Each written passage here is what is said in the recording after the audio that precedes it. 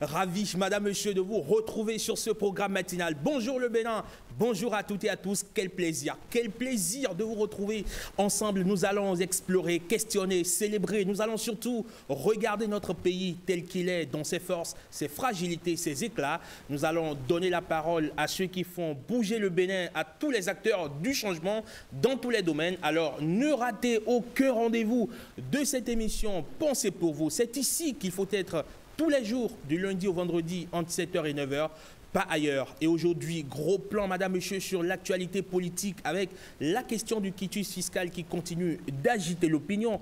Coup de pression des démocrates aux revendications légitimes, eh bien, on vous en parle. Puis, nous allons nous intéresser à l'assiette de nos apprenants. Que mettent les parents dans la box lunch de ces tout-petits? Que devraient-ils privilégier? Nous allons voir tout ceci de très près avec les spécialistes. Et nous allons pousser aussi le portail de nos écoles pour voir la proportion de filles qui s'y trouvent, malgré la mesure de gratuité prononcée depuis des années et davantage étendue puis renforcée récemment. Toutes les filles à l'école, le pari est-il tenu? Patrick Jossou se penche sur le sujet. Et puis, observez, madame, monsieur, autour de vous, de plus en plus de jeunes hommes et femmes veulent désormais tenter leur chance dans le mannequinat, même si le métier commence à se développer. Peu réussissent à en vivre, cachés, tirés vers le bas, difficulté à être payés. Beaucoup doivent encore, évidemment, avoir un deuxième emploi à côté, mais cela ne mousse pas l'ardeur d'une industrie qui se structure progressivement. Bamidele Justine Adimi nous embarque dans ce Bénin du mannequinat en mouvement. Bonjour le Bénin, voilà à peu près ce qui vous attend dans les prochaines minutes, les prochaines heures. Tout de suite, le premier rendez-vous de l'actualité sur Bénin TV, c'est bien le bulletin d'information.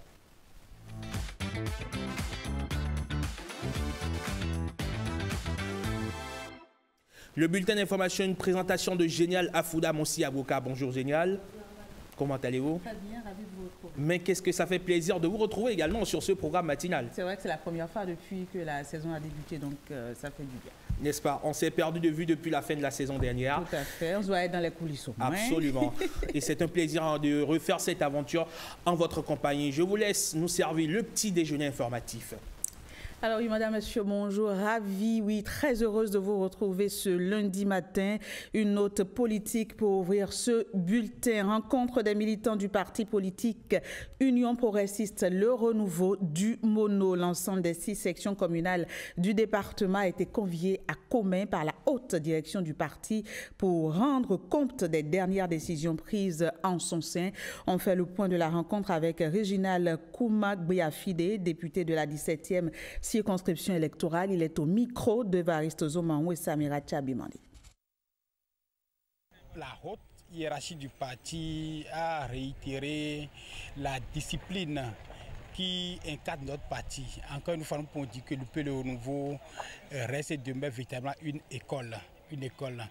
Et pour ce qui concerne les élections à venir, celles du 11 janvier comme celle du 12 avril 2026, nous allons attendre les consignes, les directives du parti pour les activités à faire. Mais déjà, le parti nous a autorisé à annoncer les bonnes nouvelles. Omer Wadaï comme étant le candidat de la mouvance présidentielle. Ça là, c'est très important, c'est la première nouvelle. La deuxième nouvelle, c'est ce qui concerne la désignation de sa colistière à la personne de la présidente Talata Zimé. La troisième information à retenir, c'est l'importance des élections communales et législatives du 11 janvier qui vont précéder les élections présidentielles du 12 avril. C'est celui qui va gagner correctement les premières élections, c'est celui-là qui va gagner également facilement les élections présidentielles.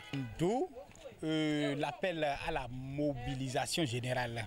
On nous demande de ne pas nous arrêter seulement au niveau des sessions communales, mais d'aller dans les villages, dans les hameaux, dans les maisons, partout, dans les champs, sur les plages où il y a la pêche, partout où il y a de la présence humaine pour faire la propagande de notre parti UP, le renouveau dans un premier temps. Et après le 11 janvier, bien sûr, on va faire la ceinture autour de notre candidat Omer Wadaï et de sa colistière Talata. Parlons à présent de ce projet novateur en faveur de la gouvernance inclusive et participative au profit de la gente féminine dans la vie politique au niveau local. Son nom, les jeunes filles et femmes au service de la gouvernance politique dans les communes de Bonou et Covey, voilà. Il est le fruit d'une collaboration entre l'ANCB, le chapitre Bénin du réseau des femmes élues locales d'Afrique et l'Association internationale des mères francophones, AIMF. Pierrette Adaossié-Canel Capo nous en dit plus.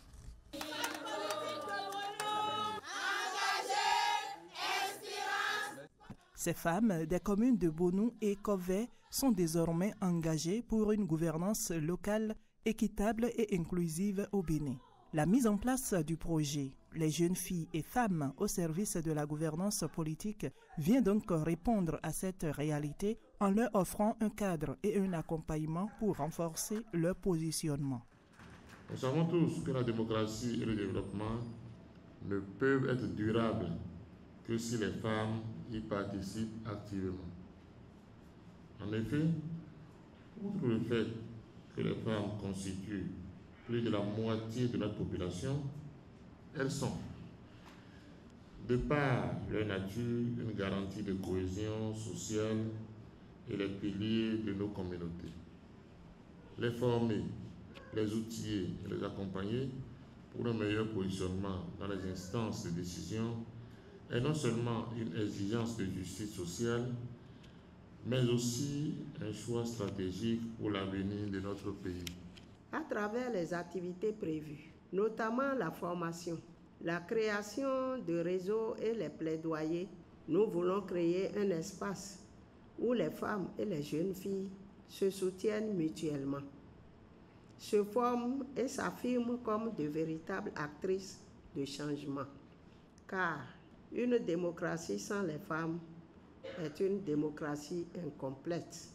Je voudrais ici exprimer ma gratitude à l'AIMF pour son appui constant au développement local, à l'ANCB pour son rôle de coordination et de plaidoyer, et au référent Bénin, dirigé par notre maman Mère de Kétou, pour son engagement indéfectible à porter haut la voix des femmes élues et des jeunes leaders féminins. Le projet Les jeunes filles et femmes au service de la gouvernance politique dans les communes de Bonou et Covey offre ainsi l'opportunité aux bénéficiaires d'affirmer leur ambition et à faire entendre leur voix dans les espaces de prise de décision pour une gouvernance inclusive. Les gouvernants, leaders communautaires et membres de la société civile de la sous-région restent préoccupés par les architectures de paix en Afrique de l'Ouest. Sous le regard du PNUD, d'intenses réflexions ont été menées à Cotonou durant 2 jours avec à la clé des recommandations fortes formulées pour renforcer la gouvernance et consolider les mécanismes de prévention des conflits. Rodrigue Blandoumé et Uvaïus Balogun. Promotion des solutions bilatérales. Collaboration à travers une plateforme multi-acteurs, renforcement de la gouvernance pour lutter contre la pauvreté afin de faire face à la vulnérabilité et augmenter la résilience des communautés. Voilà pêle-mêle quelques recommandations fortes issues de ces 2 jours de réflexion autour des architectures de paix en Afrique de l'Ouest. Les participants venus du Burkina Faso, de la Côte d'Ivoire, du Ghana et du Togo ont partagé avec leurs homologues du Bénin leur expérience et pris des engagements. La rencontre de Cotonou restera pour nous une étape fondamentale dans la consolidation de la paix, qui est une quête permanente, surtout dans un contexte où nos pays respectifs sont affectés par le fléau qu'est l'extrémisme violent et le terrorisme. Il s'est agi au cours de ces assises de lancer les réflexions devant induire des impacts positifs pour répondre efficacement aux vulnérabilités structurelles et tracer une feuille de route commune. Si on ne fait rien, c'est tout la sous-région ouest africaine qui sera déstabilisée. Nous sommes donc retrouvés ici pour voir comment nos pays de la sous-région peuvent fédérer leurs forces ensemble pour mieux faire face aux menaces car les défis sont transnationaux et un seul pays ne peut réussir cette lutte. Il faudrait que cette feuille de route travaille sur le terrain, qu'on sente vraiment qu'il y a eu ce dialogue régional, qu'on sente vraiment que les pays ont pris de résolutions fermes de vaincre une fois pour toutes l'extrémisme violent et le terrorisme dans la sous-région. Une étape s'achève à Cotonou, mais elle ouvre la voie à une action collective. Les participants repartent avec un engagement commun, transformer les recommandations en leviers concrets pour bâtir une Afrique de l'Ouest plus stable et résiliente. Tournée de sensibilisation et de suivi appui conseil aux producteurs pour la réussite de la phase de production de la campagne cotonnière 2025-2026. La Fédération nationale des coopératives villageoises de producteurs de coton parcourt les 4 départements du Septentrion et le centre sud de production de coton. Objectif est bien inciter les agents d'encadrement et les producteurs au strict respect des itinéraires techniques pour l'atteinte des objectifs. Le point de l'étape de la Liborie avec Michael Noati et Aziz Alagui. L'objectif du 1 million de tonnes de coton de la campagne agricole en cours n'est pas impossible, malgré le gap d'environ 10% des intentions d'emblavure du fait des aléas climatiques, aussi du retard constaté du tiers des semis.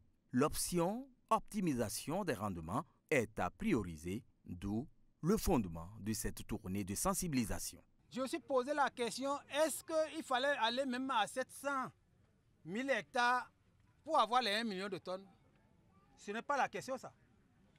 On peut s'arrêter à 500 000 hectares de production et on va atteindre la superficie, le rendement dont nous avions besoin. Les 1 million de tonnes, on peut le faire. Nous devons travailler aujourd'hui sur les questions de rendement.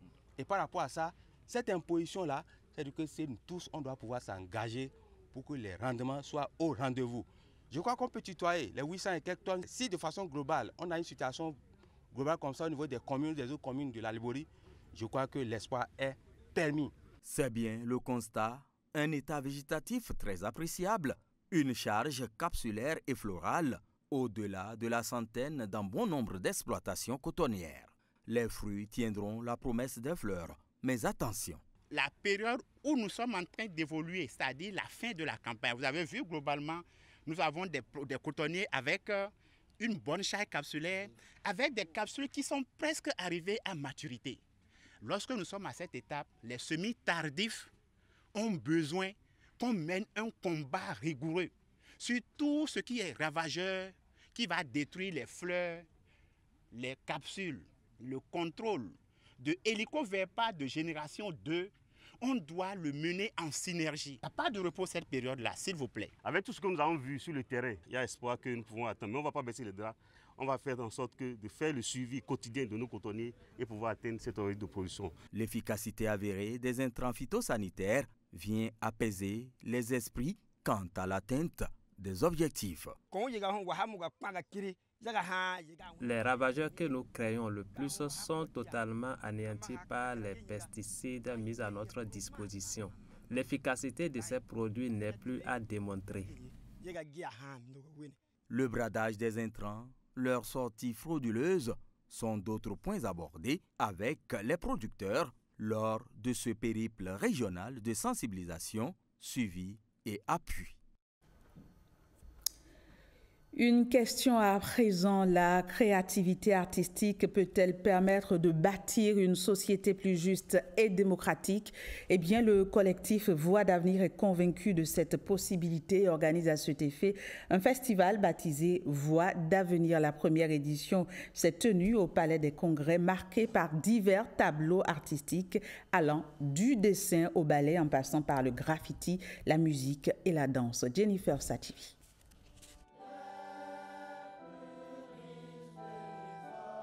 Ils partagent un rêve commun, faire de la démocratie un bien partagé et vécu au quotidien par la jeunesse. Le collectif Voix d'avenir initie à cet effet un festival qui réunit la jeunesse autour de différents tableaux artistiques avec pour thème l'art au service de la démocratie. Nous voyons déjà là dans plusieurs secteurs de notre vie, mais là au service de la démocratie. La démocratie est une question prioritaire dans notre pays, le Bénin. Il va falloir qu'on essaie aussi de mettre là au service quand même de la démocratie. Chacun a son penchant.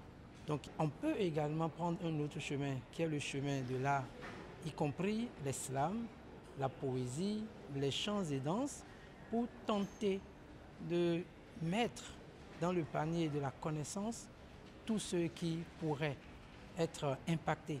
L'initiative a également permis aux associations de jeunes présentes d'échanger autour de thématiques visant à mettre la jeunesse au cœur de l'action gouvernementale.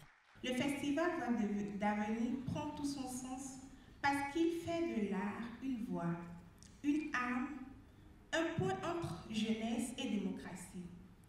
Parce qu'il nous rappelle que la démocratie n'est pas seulement un système politique, mais peut-être un souffle qui nous unit, un engagement quotidien à construire ensemble un avenir inclusif, juste et durable. Afin de poursuivre cette œuvre, des campagnes de sensibilisation seront organisées à l'endroit des jeunes pour bâtir un Bénin prospère. Amélioration des conditions entrepreneuriales au Bénin, l'Agence de développement des petites et moyennes entreprises y veille au quotidien. Pour preuve, un dialogue avec les entrepreneurs du Mono et du Koufo en vue de recenser leurs besoins et préoccupations pour l'élaboration des dispositifs d'accompagnement. Les échanges ont eu lieu à la mairie de Lokossa. Le point avec Evariste Zomahon et Samirat Tchabimani. L'Agence de développement des petites et moyennes entreprises ADPME, en initiant ce dialogue, veut créer un lien direct entre les acteurs du monde entrepreneurial, du Mono et du Koufo. L'objectif ici est d'identifier les difficultés auxquelles font face ces entrepreneurs et débaucher ensemble les pistes de sortie.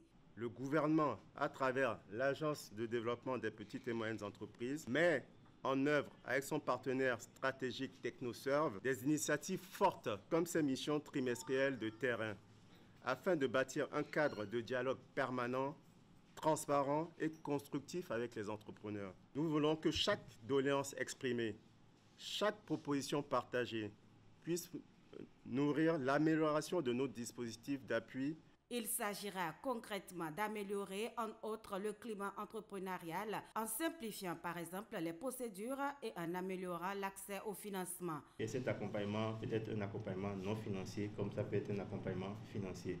Il était important pour l'agence de se rapprocher de vous pour vous présenter nos différents dispositifs d'intervention et voir ensemble comment co-construire des solutions qui vous permettent d'améliorer justement la productivité de vos différentes entreprises. Ils ont dit qu'il y a des PME qui travaillent avec les entrepreneurs pour leur alléger la tâche, pour qu'ils aient l'autorisation de mise en marché pour leurs produits. Donc c'est vraiment une grande opportunité pour moi. Mais si je n'étais pas venu, ça me ferait de la peine. Nous repartons d'ici et aguerris pour être sur le bon chemin. Créé par le gouvernement à travers le ministère des Petites et Moyennes Entreprises et de la promotion de l'emploi, l'ADPME contribue à l'amélioration des politiques publiques en faveur de l'entrepreneuriat au Bénin. D'une agence à une autre, celle judiciaire de l'État renforce son rôle dans la défense des intérêts publics. Elle a offert aux acteurs de l'OMB impliqués dans les affaires domaniales une série de formations sur le bail administratif et le recours pour excès de pouvoir. Yves-Patrick Loco et Michel Aigué. Des acteurs communaux et municipaux outillés pour mieux cerner les questions relatives au baux et au recours pour excès de pouvoir. Cette formation vise à actualiser les connaissances des secrétaires exécutifs des mairies, des responsables des affaires domaniales et des membres des services juridiques des communes. Les termes retenus, à savoir les baux et le recours pour excès de pouvoir, sont d'une pertinence capitale. Ils sont au cœur des préoccupations de nos administrations et touchent directement à la sécurisation de nos actes, à la bonne gestion de notre patrimoine et au renforcement de l'état de droit. La nouvelle loi précise également que l'agent judiciaire de l'État a un rôle d'assistance. Donc, si vous avez besoin d'avocat dans une procédure et que vous estimez que les ressources à votre niveau ne sont pas suffisantes pour pouvoir mieux conduire la procédure, vous pouvez formellement écrire à l'agent judiciaire de l'État qui pourra vous accompagner dans la gestion du contentieux. En mettant l'accent sur les baux, souvent source de litiges, et les recours pour excès de pouvoir, l'AJE anticipe les dérives potentielles et renforce la capacité des collectivités à prévenir les conflits. Voilà, ce sera tout pour ce 7h. Merci de l'avoir suivi. Très bonne suite de programme sur Bénin TV. On se retrouve demain. Merci à vous, génial. On se retrouve demain avec le même plaisir. Évidemment. Le même beau sourire aussi. Merci beaucoup. Allez, vous passez une excellente journée du lundi pluvieux à Cotonou. Tout de suite et maintenant, on écume ensemble l'actualité politique au Bénin dans toutes ses dimensions.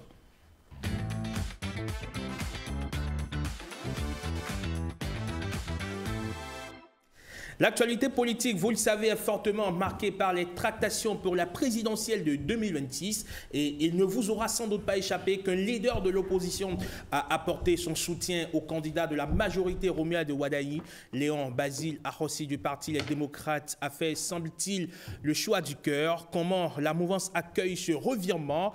Et tiens, comment est-ce qu'elle accueille la mouvance et analyse aussi les récriminations, on va dire, vis-à-vis du quitus fiscal, le parti de l'ancien président Boni Yayi, pour qu'il ne soit pas pris, le quitus, comme disent-ils, une arme d'exclusion, revendication légitime au coup de pression.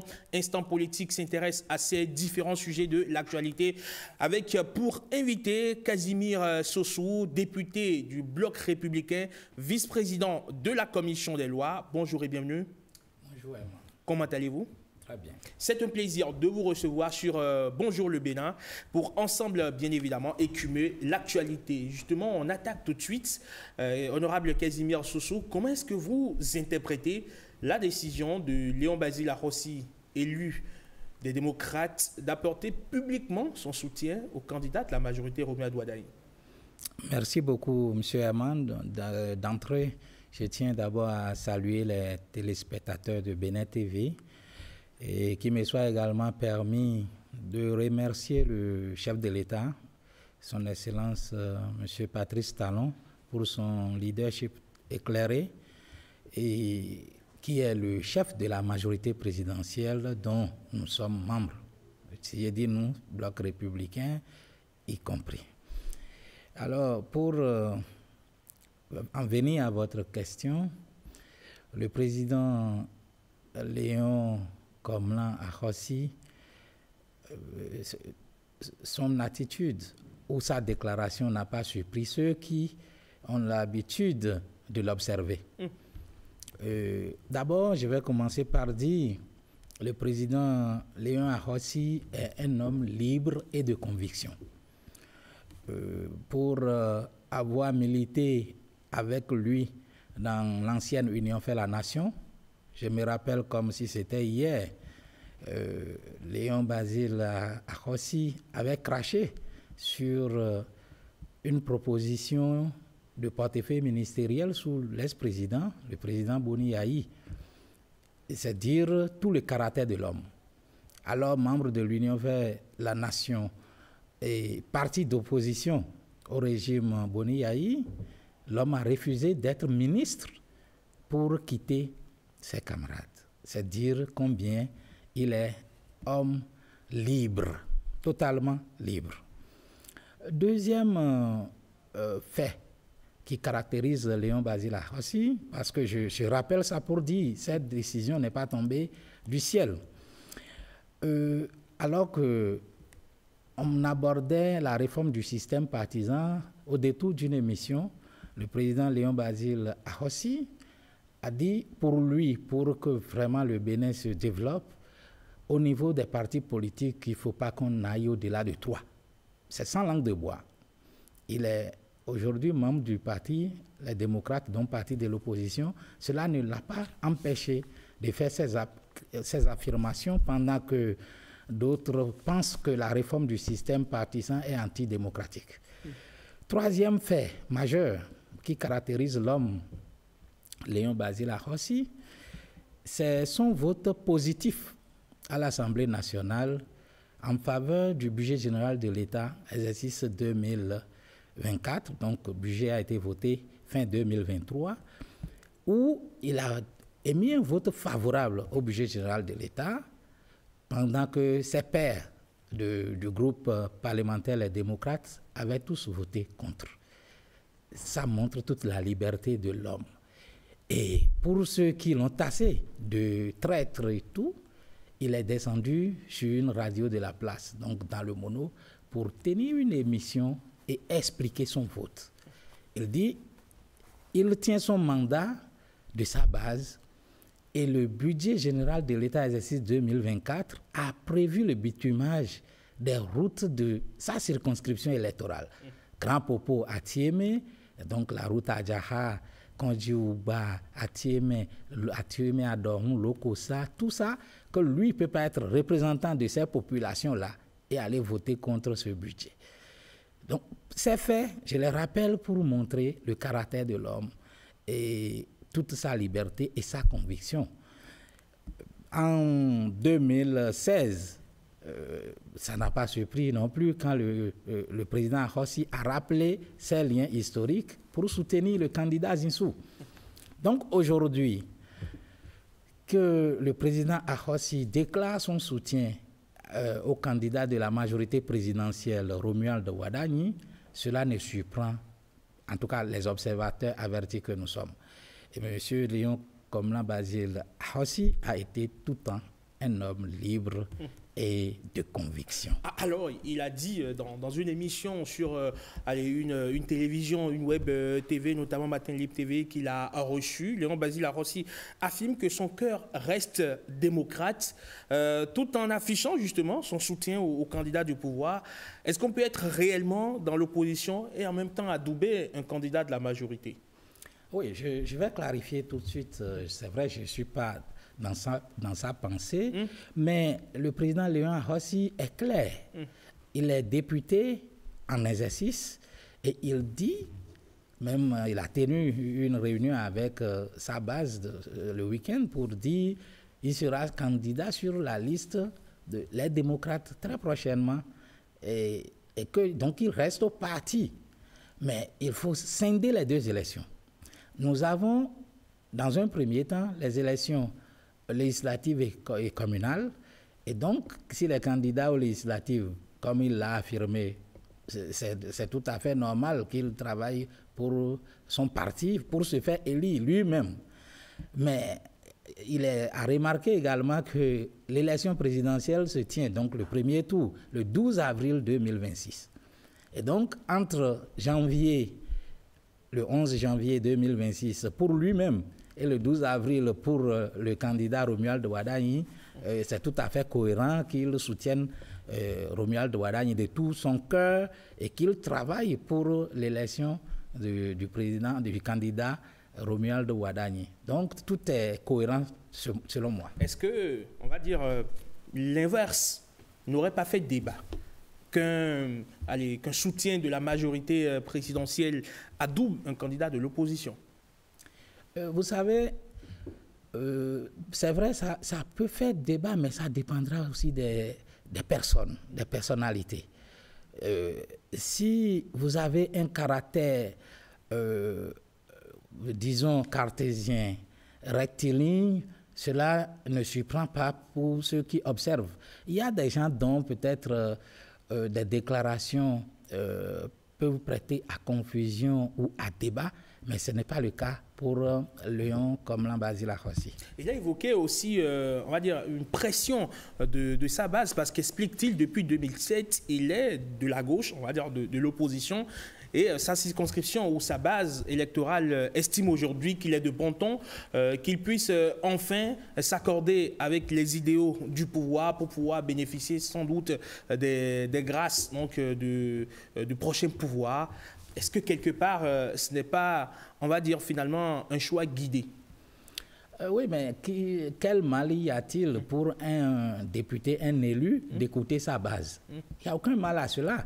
Si le président Ahossi affirme que sa base lui demande à rejoindre la majorité présidentielle et qu'il a écouté sa base, je vous ai donné plus haut l'ordre des élections. S'il n'écoute pas sa base, alors qu'il se présente devant la base le 11 janvier, lui-même il connaît le résultat. Va-t-il être lui-même candidat aux législatives sur la liste des démocrates ou sur une liste de la majorité? Non, si on s'en tient à ses propos, il dit qu'il sera sur la liste des démocrates. Est-ce que vous ne trouvez pas là une forme d'incohérence? Du tout pas. Être élu député sur une liste de l'opposition et adouber un candidat de la majorité pour la présidentielle? Non, pas du tout, parce que c'est tout l'homme. Il est libre, je le dis. Les traits caractéristiques de Léon Ahossi, c'est la liberté d'expression et puis homme de conviction. Donc, il est totalement libre et il est convaincu que oui, lui peut être député des démocrates et soutenir le candidat Romuald Ouadani, qui pour lui reste le meilleur casting pour le développement, pour poursuivre le développement de notre pays.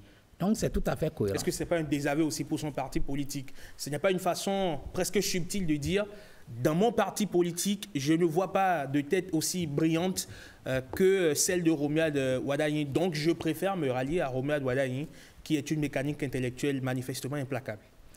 Oui, bon, pas forcément un aveu, mais tout au moins, il y a un homme politique béninois, un patriarche que je ne vais pas citer forcément, mais qui dit...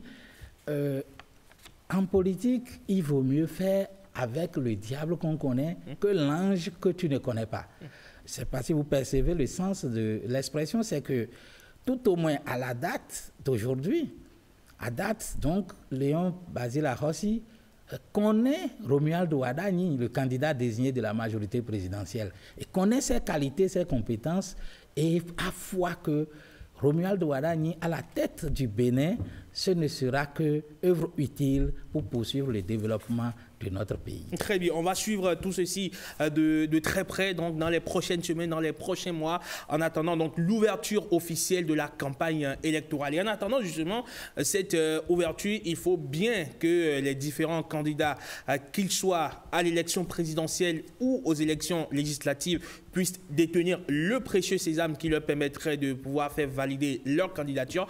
Il s'agit du quitus fiscal. L'honorable Casimir Sossou, du côté de l'opposition, notamment du parti Les Démocrates, on estime qu'une fois encore, cet outil indispensable est en train d'être politisé. Est-ce que vous comprenez, on va dire, les récriminations de vos compères des démocrates? Merci beaucoup encore une fois à M. Herman. C'est de bonne guerre. Vous savez, le parti de l'opposition, les démocrates, essaye de manipuler l'opinion. Pensez-vous que c'est de la manipulation? Oui, très bien, simplement parce que le parti Les Démocrates essaye de jouer à se victimiser.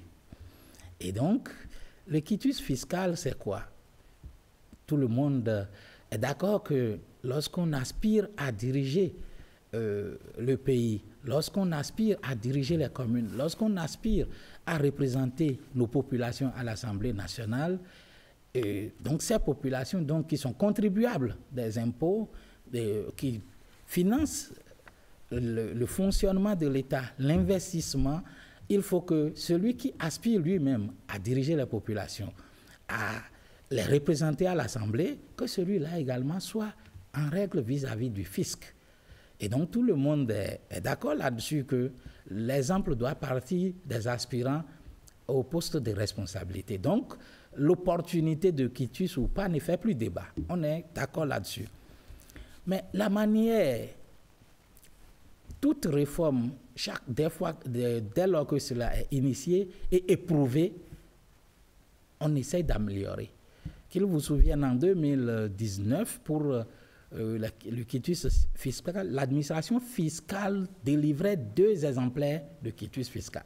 Conséquence, on a vu qu'il y a eu des partis politiques qui ont été victimes de la double copie de quitus fiscal lors des élections de 2019, où des potentiels candidats ayant retiré 2 copies de quitus se font représenter sur 2 partis différents en fournissant des dossiers pour 2 partis différents. Conséquence, c'est contraire à la loi et la Sénat avait fait invalider la liste de ces partis politiques.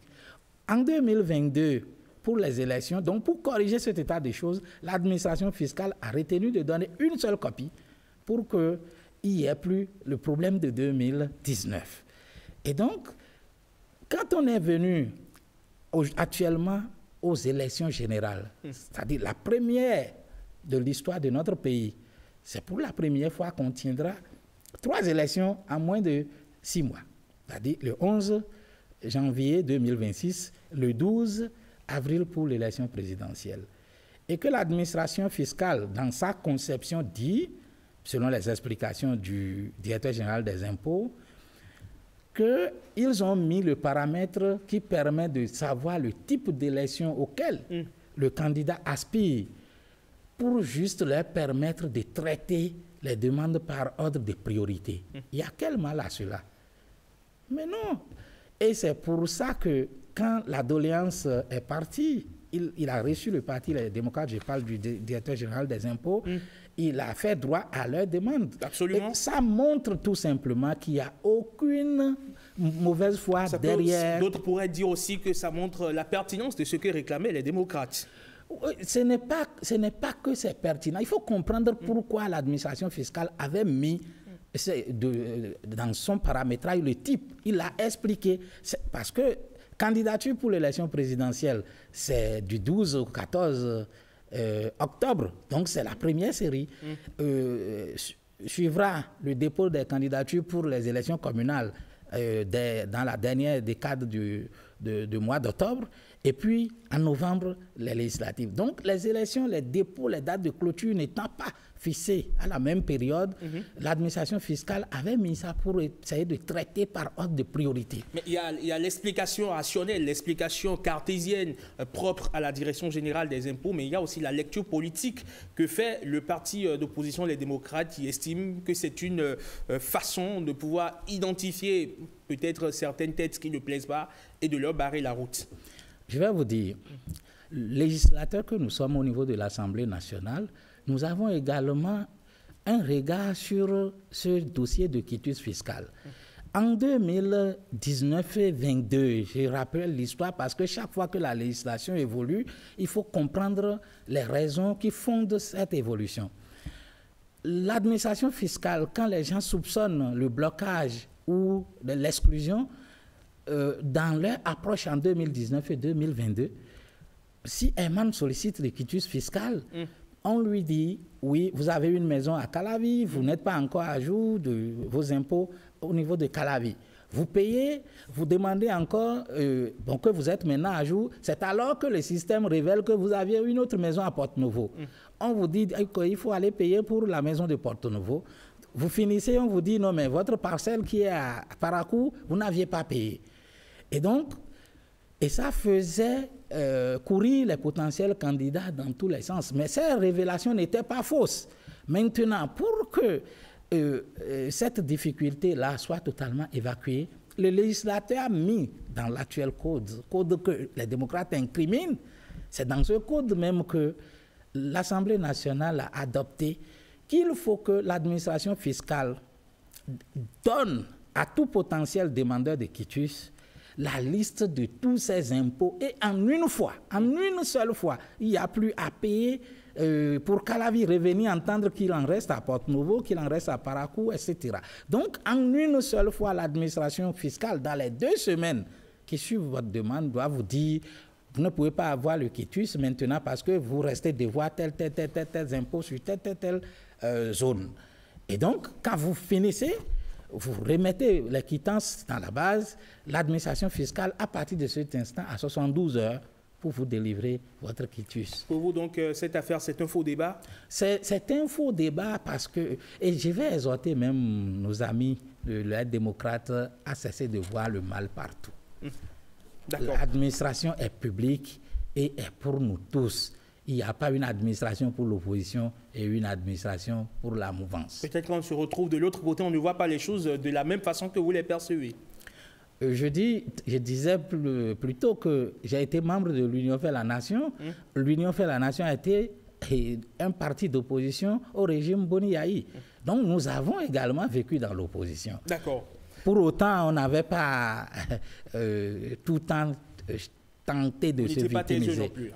Non, mais on faisait des contre-propositions. D'accord, très bien. Sûr. Alors, le candidat de la majorité présidentielle sera investi, donc le duo sera investi le 6 octobre prochain, le 4 octobre prochain du côté de Parakou. Il sera avec sa colistière, l'actuelle vice-présidente de la République, Mariam Chabi Talata Zimé Irima. Quelles sont les raisons qui ont milité, honorable Soso, en faveur de son maintien? Merci encore une fois. Vous savez, le chef de l'État, avec l'ensemble des partis de la majorité présidentielle, ont porté leur choix sur le ministre d'État Romuald Wadagne, qui est un jeune, un candidat pour la jeunesse, mais pétri de talent, de compétences. Et là, jusque-là, vous avez vu que depuis que le nom est sorti, on n'a que des félicitations des personnes averties, des personnalités averties et qui ont occupé de très hautes fonctions dans ce pays, qui trouvent que ce casting est le meilleur pour notre pays. Eh bien, donc, à côté de cette jeunesse, la majorité présidentielle a trouvé qu'il faut une deuxième voix qui incarne l'expérience d'un certain âge. Et en plus de ça, le clin d'œil, le chef de l'État y tient particulièrement à la promotion de la femme. Je ne sais pas si vous avez fait la remarque depuis son arrivée. Et donc aujourd'hui, si nous avons près d'une trentaine de députés à l'Assemblée nationale, c'est cette vision du chef de l'État de sortir les femmes de l'ornière pour les mettre au devant de la scène politique. Donc lui-même a donné le premier exemple en désignant Mme Chabi Talata en 2021 comme colistière, fonction qu'elle a bien assumée depuis 2021 jusqu'à ce jour. Et comme on le dit, on ne change pas une équipe qui gagne. Et donc, les partis de la mouvance ont trouvé juste de reconduire Mme Chabi Talata, qui incarne des valeurs certaines pour la société béninoise. Pourquoi le choix de Parakou? Oui, Parakou simplement parce que pour nous, au Bloc républicain, nous nous frottons les mains. Vous savez, le 8 décembre 2018, le parti Bloc républicain a été mis sur les fonds baptismaux à Parakou. Et pour nous, c'est retour à la source. D'accord. Un retour à la source qui permet... Qui a choisi Parakou? Eh bien, c'est le comité conjoint. Vous savez, quand on dit le candidat de la majorité présidentielle, ce n'est pas que le Bloc républicain. Vous avez l'Union progressiste, le Renouveau, vous avez la Renaissance nationale, vous avez Moël Bénin. Donc, c'est le comité paritaire qui a choisi Parakou. Et Parakou est un symbole pour nous au Bloc républicain. Et je sais que toute la majorité présidentielle va tirer profit de cette position géographique qui est choisie pour l'investiture. Merci beaucoup à vous, honorable Casimir Soso. Vous êtes député du Bloc républicain, vice-président de la Commission des lois. Avec vous, donc, on a fait le tour d'horizon de l'actualité. Vous passez une excellente journée du lundi et à très bientôt.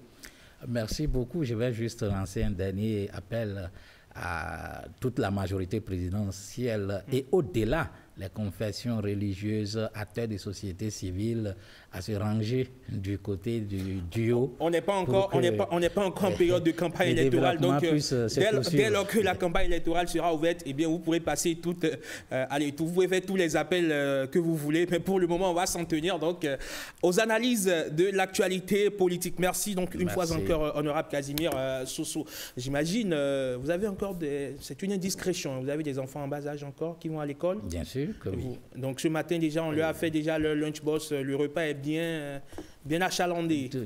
Très bien. N'est-ce pas? Ouais. Alors, ce matin, on s'intéresse justement à ce que nous mettons dans l'assiette de nos enfants.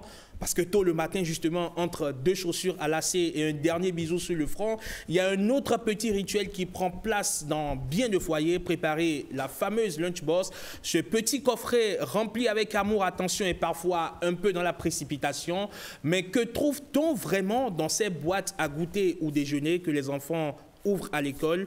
Une explosion de saveurs et d'équilibre ou un cocktail rapide de ce qu'on avait sous la main. Eh bien, on ouvre aujourd'hui ces petites boîtes pour décortiquer ce qu'elles devraient ou ne devraient pas contenir. Ce sera avec notre chroniqueuse santé et un expert en nutrition pour répondre à cette grande question: que devrait-on mettre dans l'assiette de nos enfants? Santé.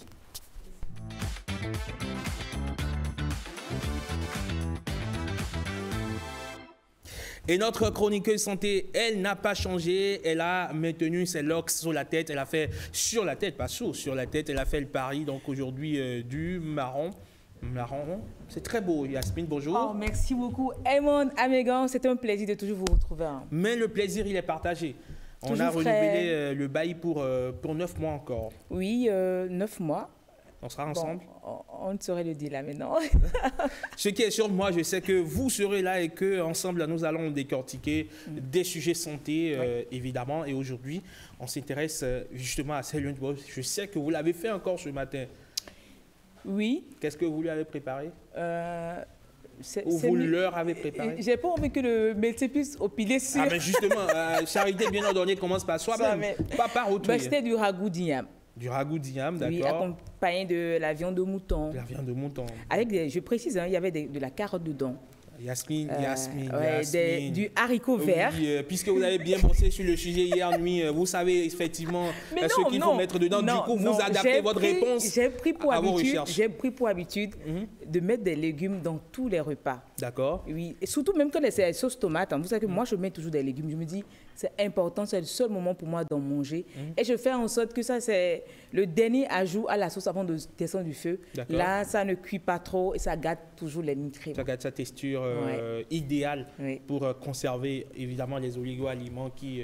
Vous avez compris. N'est-ce pas? Oui. Allez, on essaie de se mettre au pas maintenant. Yasmine, merci donc d'être avec moi ou d'être avec l'équipe de Bonjour le Bénin pour évoquer aujourd'hui ce sujet. Que mettons-nous dans l'assiette de nos enfants? Que nous soyons parents ou que nous détenions une cantine scolaire dans les établissements qui sont censés donc apporter des repas aux apprenants, que ce soit à la mi-journée ou, on va dire quoi, au goûter. Au goûter.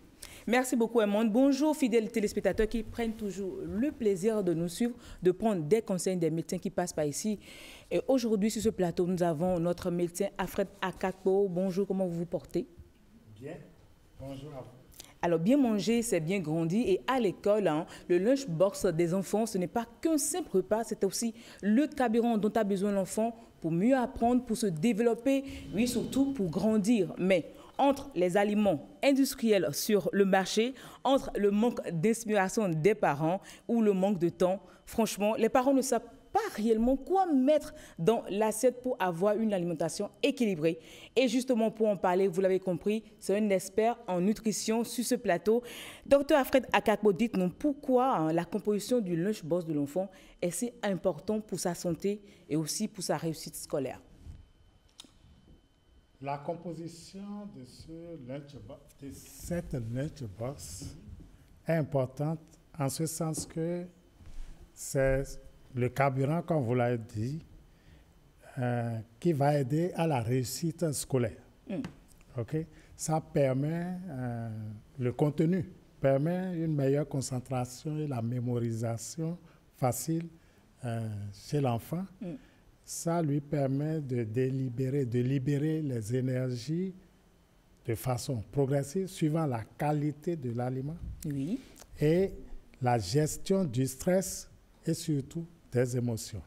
C'est aussi le lunchbox qui va assurer la santé globale de cet enfant, parce que n'oublions pas, ils sont en croissance permanente. Et nous sommes dans une nutrition ici dynamique, qui n'est pas une nutrition de l'adulte, où tout est déjà calé et puis on dit ce qu'il faut manger. Cet enfant doit grandir et tout en grandissant, il faut qu'il prépare son avenir. Nous avons aussi la prévention des maladies qui passent par là. D'accord. Dans toujours les aliments. Toujours. Et on l'oblige ainsi, on l'amène ainsi à adopter des habitudes alimentaires adéquates pour une meilleure santé et une longévité assurée pour le futur. Beaucoup de, je dirais beaucoup d'avantages d'avoir une alimentation saine dans sa lunchbox. OK. Donc, la composition idéale de cette lunchbox, nous savons ça déjà, c'est plus ou moins, ce sont les protéines, les glucides, les lipides. Je crois qu'on va revenir sur la composition de la lunchbox, mais ce qu'on va faire là maintenant, c'est de suivre ce petit extrait où il y a une responsable de cantine qui nous dit le menu qu'on propose justement aux élèves. Donc, suivant. Okay. Le menu est établi sur 2 semaines, 2 semaines. La première semaine et la 3e semaine du mois, ils mangent la même chose. La 2e et la 4e semaine, autre chose aussi. Donc, on essaie de varier comme ça. Nous avons des femmes qui nous aident à la cuisine. Et moi, je suis appelée à superviser la manière dont elles cuisinent puisque les soins sont de rigueur. Il faut la propriété, il faut bien organiser les choses, il faut que à la cuisine aussi tout soit bien fait. Quand c'est brûlé, c'est pas bon, quand c'est pas cuit, c'est pas bon. Les enfants, il y en a qui sont inscrits déjà au petit déjeuner. On essaie de varier un peu. On a établi le menu qu'on envoie aux parents, mais on fait de petites simples, on essaie d'équilibrer. Voilà, par exemple, le lundi matin à 10h, on leur donne du pain avec du poisson, sandwich de poisson dedans. Et les mardis, on leur donne du ragoût, d'igname ou de patates douces avec saucisses ou poisson. Et les mercredis, du riz. Et le jeudi, du pain encore. Et le vendredi, du couscous.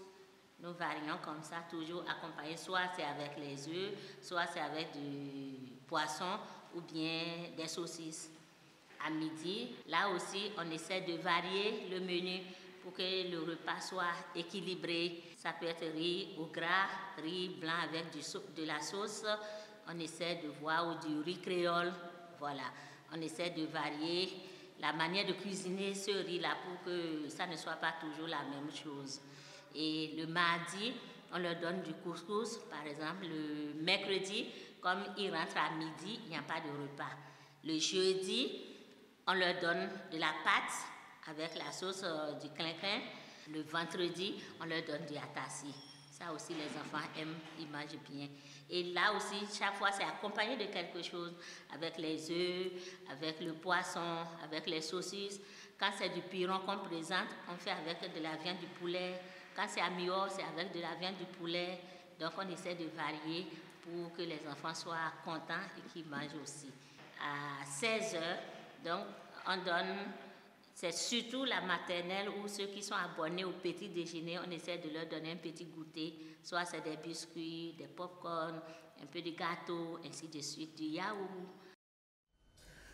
On a pu voir, oui. C'est assez copieux tout ceci, Yasmine. Quand moi j'allais à l'école, je n'avais pas l'opportunité. C'était quoi? Pardon? C'était quoi? Parce que tu trouvais sous la main.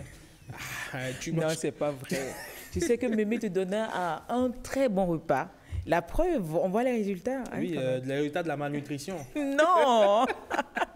Oui, mais chers parents, vous avez vu également ce qu'a proposé cette école, cette responsable pour le menu des apprenants. On a remarqué que le pain revient toujours. Et je suis sûre que bon nombre de parents mettent toujours le pain sur la table. Moi également, je l'ai fait ce matin. Docteur Alfred, dites-nous, quelle est réellement la composition d'un repas pour le petit déjeuner pour l'enfant? Le pain, est-ce que ce n'est pas de trop? Le pain n'est pas de trop.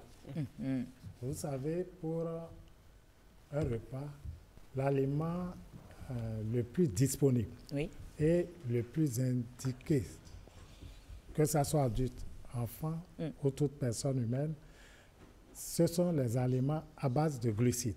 Et le pain est à base de glucides, apporte beaucoup de glucides. Et les glucides représentent même plus de 50% des sources d'énergie du corps humain.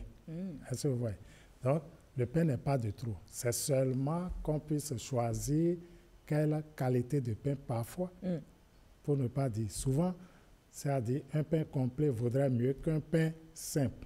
À défaut du pain complet, qui coûte un peu plus que le pain normal, on peut ajouter déjà quelques légumes ou bien quelques fruits qui vont suivre pour retarder la libération rapide des glucides dans l'organisme de l'enfant. Est-ce que le pain de 125 que nous achetons, souvent appelé pain bata, est-ce que c'est un pain complet? C'est pas un pain complet. Donc, à ce pain, c'est mieux d'ajouter des légumes. Oui, c'est comme des carottes. Quand vous faites votre sandwich de poisson, c'est d'ajouter des légumes dedans. Des légumes dedans. Les carottes, haricots verts. Voilà.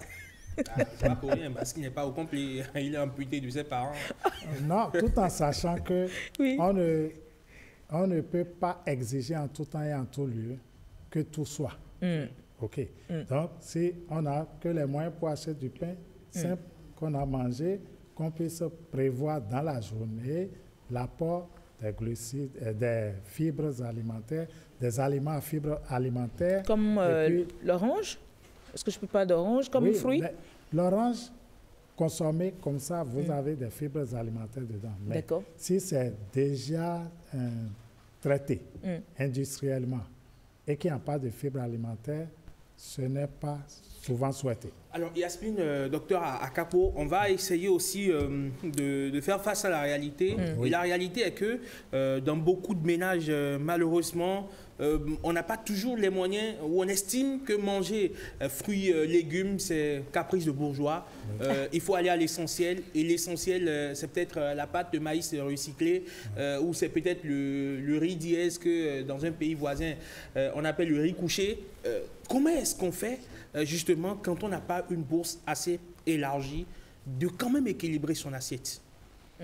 On n'a pas une bourse élargie. Je prends le cas de ceux qui prennent peut-être la bouillie. C'est mieux de consommer cette bouillie avec les gâteaux qu'on appelle ata qu'avec yovo doko. Yovo doko et bouillie, c'est le même groupe d'aliments. D'accord. Est-ce que vous voyez? Et puis, c'est moins équilibré, bien loin de l'équilibre qu'avec ata. Ata, c'est le gâteau fait à base d'haricots. À base de haricots. Voilà. Bon. Pour midi ou bien pour 10 heures au midi, on vient de parler de ragoût. On peut prendre le ragoût avec du haricot. Et c'est de loin plus équilibré que le ragoût simple. Est-ce que vous voyez? Ou du haricot, ou du atassi. On peut prendre ça comme ça. La pâte, c'est la denrée la plus disponible chez nous. Ah oui. L'essentiel est que ça aille avec une sauce de légumes. Si ce n'est pas sous forme de menthe, que ça soit à base de sauce gombo ou sauce crin-crin, que ça soit un peu, qu'il y ait de légumes là-dedans pour apporter les nutriments qui manqueraient. Qu'est-ce qu'on peut trouver aussi comme ça chez nous? Bon, peut-être c'est du manioc. Vous allez voir, les bonnes dames vendaient le manioc avec ataclé. C'est une bonne combinaison. On peut en prendre le matin, non? Pourquoi pas? D'accord. Et ceux qui font manioc avec du haricot? Oui, ça marche. Ça marche? Les deux, c'est une très bonne combinaison. Est-ce qu'il faut encore ajouter du poisson? En ajoutant, on améliore la quantité des protéines et la qualité des protéines. L'autre sont des protéines d'origine végétale et puis vous avez des protéines d'origine animale par les poissons. Voilà, c'est des simples trucs qu'on peut trouver chez toi, les simples aliments qu'on peut retrouver chez soi. Oui. Donc, est-ce qu'il y a des limites à ne pas franchir, il y a des limites à ce qu'on consomme? Oui, les limites, c'est qu'il y a aujourd'hui la transition nutritionnelle qui nous amène à se retrouver en face des aliments hyper transformés. D'accord. Okay. Par exemple, si on prend une huile végétale, toute huile végétale qui est hyper transformée devient plus qu'une huile animale avec des graisses trans qu'on ne souhaite pas. On préférait les graisses telles que les oméga 3, en tout cas les graisses qui rendent fluide l'information au niveau des neurones. Puisque l'objectif, c'est la compétence, c'est la qualité de l'étudiant, de l'élève, du futur béninois que vous cherchez. Donc, ce sont des graisses qui vont aider ces cellules nerveuses à communiquer. Quand on va à l'école, c'est de communiquer plus vite et puis vous êtes plus intelligent. Donc, les graisses trans, là, il ne faut pas prendre ça. Les boissons trop sucrées, il ne faut pas en prendre. On peut prendre... Les boissons industrielles, comme les sodas, on peut en prendre. Les gazeuses. Non. C'est pour les enfants, hein? Oui. Les boissons gazeuses industrielles ne sont pas conseillées. D'accord. Qu'est-ce qu'il faut prendre? Les boissons fait maison. Si vous prenez un fruit, vous préparez ça. Si vous prenez pastèque, vous transformez ça en un jus, ça marche. D'accord. Merci beaucoup, docteur Alfred Akakpo. Je précise que vous êtes expert en santé et nutrition, directeur de la clinique Crescent. Oui. Merci beaucoup. Vous, également, fidèles téléspectateurs, vous l'avez compris, hein, il y a des exemples simples. Le manioc, on peut l'avoir, c'est la saison. L'IAM, vous pouvez également l'avoir. La patate douce, vous pouvez également l'avoir. Faites la lunch box de votre enfant le plus sainement possible, le plus simple possible. N'oubliez pas, les fruits et légumes, c'est également capital pour l'enfant. Et surtout, bien boire. Merci beaucoup, Yasmine Damata. Alors, on va rester à l'école. Merci, docteur. On va rester à l'école, Yasmine. Si vous étiez encore au primaire jusqu'en 2006, il y a de fortes chances que vous avez pu bénéficier de la mesure de gratuité pour les filles. Mais je ne suis pas si sûr parce qu'évidemment, vous avez 72 ans. Et puis, voilà. En 2006, vous étiez à la retraite. Vous avez 72 ans. Je parais si vieille. Alors, Yasmine, c'était il y a un peu moins de 20 ans, 19 ans pour être plus précis, en 2006. Le Bénin a décidé de la gratuité de la scolarité pour les filles dans l'enseignement primaire. Puis en 2023, il y a juste 2 ans en arrière, la mesure a été généralisée pour les filles du secondaire. Tout ceci à grand renfort de slogan « Toutes les filles à l'école » entre conquête sociale et défis persistants. Nous faisons une forme de bilan de ces différentes mesures en faveur des filles. C'est donc événement à la une avec Patrick Diossou. Merci.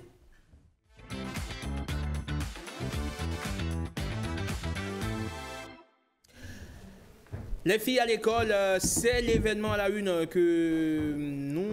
dont nous vous parlons aujourd'hui. Patrick Diossou, bonjour. Oui, bonjour Eman Rodrigue Amega. Tout enseignant que vous êtes ou que vous étiez, je ne sais pas si vous l'êtes toujours, mais on l'est toujours quand même quelque part. Enseignant, enseignant toujours. Enseignant toujours. Oui. Le plus beau métier au monde, n'est-ce pas? Oui, le plus beau. Un même métier qui vous permet d'être en contact directement avec celui que vous enseignez, mais un contact qui est permanent parce que vous êtes en contact dès le premier jour et même pour plus tard, n'est-ce pas? Jusqu'à la fin de vos jours. Il y a cette récitation que j'affectionne tout particulièrement, ce qu'ambitionne Maître Yasmine, vous vous en souvenez? Test. Je ne me rappelle pas. Est-ce que vous avez étudié ça? Ce qu'ambitionne Maître? Oui. Dans la salle de l'école, pendant que les enfants travaillaient, les yeux fixés sur le livre, le maître les regardait et se disait tout bas: Enfant, vous êtes ma jeune famille d'adoption. J'aime en vous vos parents dont vous êtes la joie. J'aime en vous vos parents dont vous êtes l'espoir. Rassemblés aujourd'hui autour de moi, vous vous disperserez bientôt. Mais si je pouvais laisser dans vos esprits des idées belles et des sentiments généreux, votre invité est un enseignant. Ma plus douce récompense. C'est enseignant. Enfant, votre maître vous aime et il vous aimera toujours.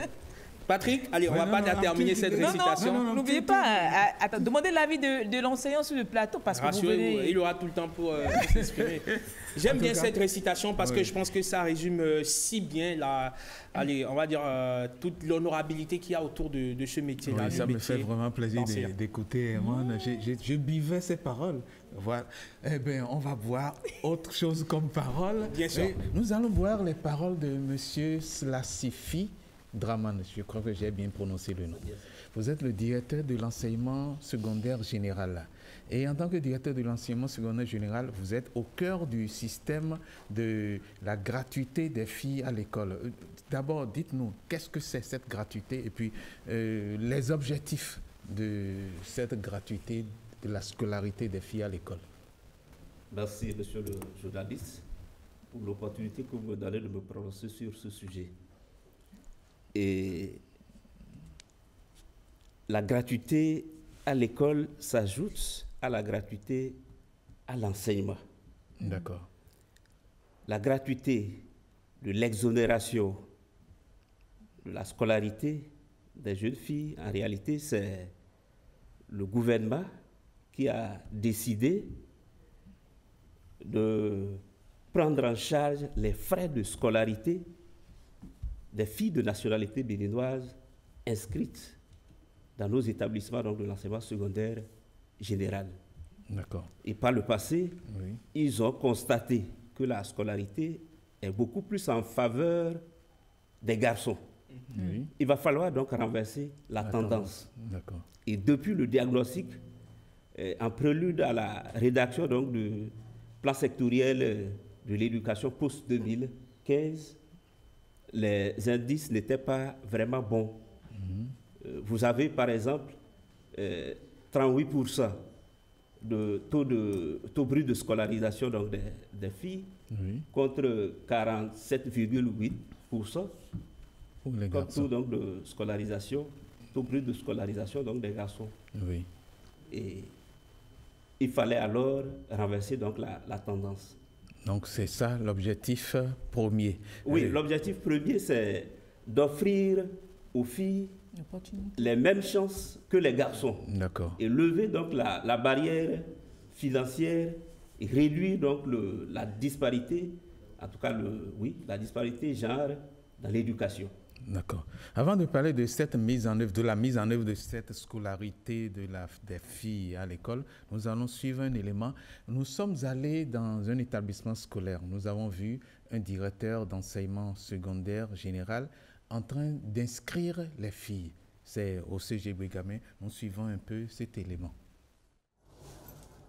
Le CGB Gamay est toujours dans la dynamique. Avec la gratuité, nous constatons déjà qu'à cette rentrée, il y a beaucoup plus de filles inscrites que de garçons. Rien qu'à prendre l'effectif de ceux qui sont admis en 6e, nous avons déjà inscrit plus de filles que de garçons. Ce qui prouve que la gratuité de la scolarisation des filles demeure et motive davantage nos filles à s'inscrire. Ce que nous constatons, c'est que jusqu'en 3e, dans beaucoup de classes, il y a plus de filles que de garçons. Vous avez généralement 55% de filles, voire 60% de filles, contre 45, voire 40% de garçons. Donc la tendance est pratiquement renversée. Nous ne pouvons que louer ce courage de notre gouvernement qui amoindrit les charges des parents. Et la gratuité, c'est au premier cycle, de la 6e en 3e. Quand elles viennent, pour toute nouvelle qui veut s'inscrire, il n'y a rien à payer. Le dossier, ce qu'il faut pour s'inscrire, les nouvelles en 6e, il leur faut le relevé du CP et l'acte de naissance photocopié. Elles viennent, elles s'inscrivent, on leur donne sur papier leur classe. Elles vont s'asseoir. On en sait un peu plus, hein, Patrick, sur cette mesure adoptée en 2023 qui vise les élèves du secondaire, les élèves filles du secondaire, donc de la 6e en 3e. Pas tout le secondaire, du premier cycle au secondaire, de la 6e en 3e. Monsieur Slassifi Draman, dites-nous comment cette gratuité de la scolarité est mise en œuvre à travers tout le Bénin. Parce qu'on a pris l'exemple d'un CG, comment ça se passe à travers tout le pays? Merci, monsieur le journaliste. Mais il faut reconnaître aussi que l'exonération est inscrite dans les dispositifs sectoriels depuis plusieurs années. Oui. Donc c'est formalisé maintenant au niveau des plans d'action. Oui. Ça a commencé en 2005. En 2005, il y a une expérimentation en 6e et en 5e. Oui. Et ce n'est qu'en 2023, donc à partir de l'année scolaire 2013-14, que l'exonération donc a été généralisée au premier cycle des établissements donc de l'enseignement secondaire général, de la 6e en 3e. Ça fait son bonhomme de chemin. En 2022-23, donc l'année scolaire 2022-23, ça a été étendu dans une vingtaine donc, de communes au niveau donc, du second cycle. Donc, il y a le département donc, de la Takora, de la Donga, de l'Atlantique, de l'Ouémé, du Plateau, de la Libori, du Borgou et du Koufou. Ça fait 12 départements. Donc, Les 12? Ça fait 8 départements pour 20 communes pour l'expérimentation, en tenant compte donc du niveau. C'est à partir de ce moment-là qu'on peut dire que ça s'est généralisé et que c'est tout le secondaire. Oui, en fait, pas tout le secondaire. Enfin, le secondaire dans ces établissements. Le gouvernement fait d'abord des tests et évolue progressivement. Donc, quand on a fini avec le premier cycle de la 6e en 3e. Oui. Maintenant, au niveau donc, des 20 communes pilotes, au second cycle, ça fait à peine au niveau de 8 départements, avec les 20 communes pour l'expérimentation. Oui. Alors, quels sont les avantages de cette affaire? Patrick, vous permettez, je voudrais, avant qu'on vienne aux avantages, voir avec notre invité quels sont les critères pour qu'un établissement bénéficie de cette gratuité, de ce programme.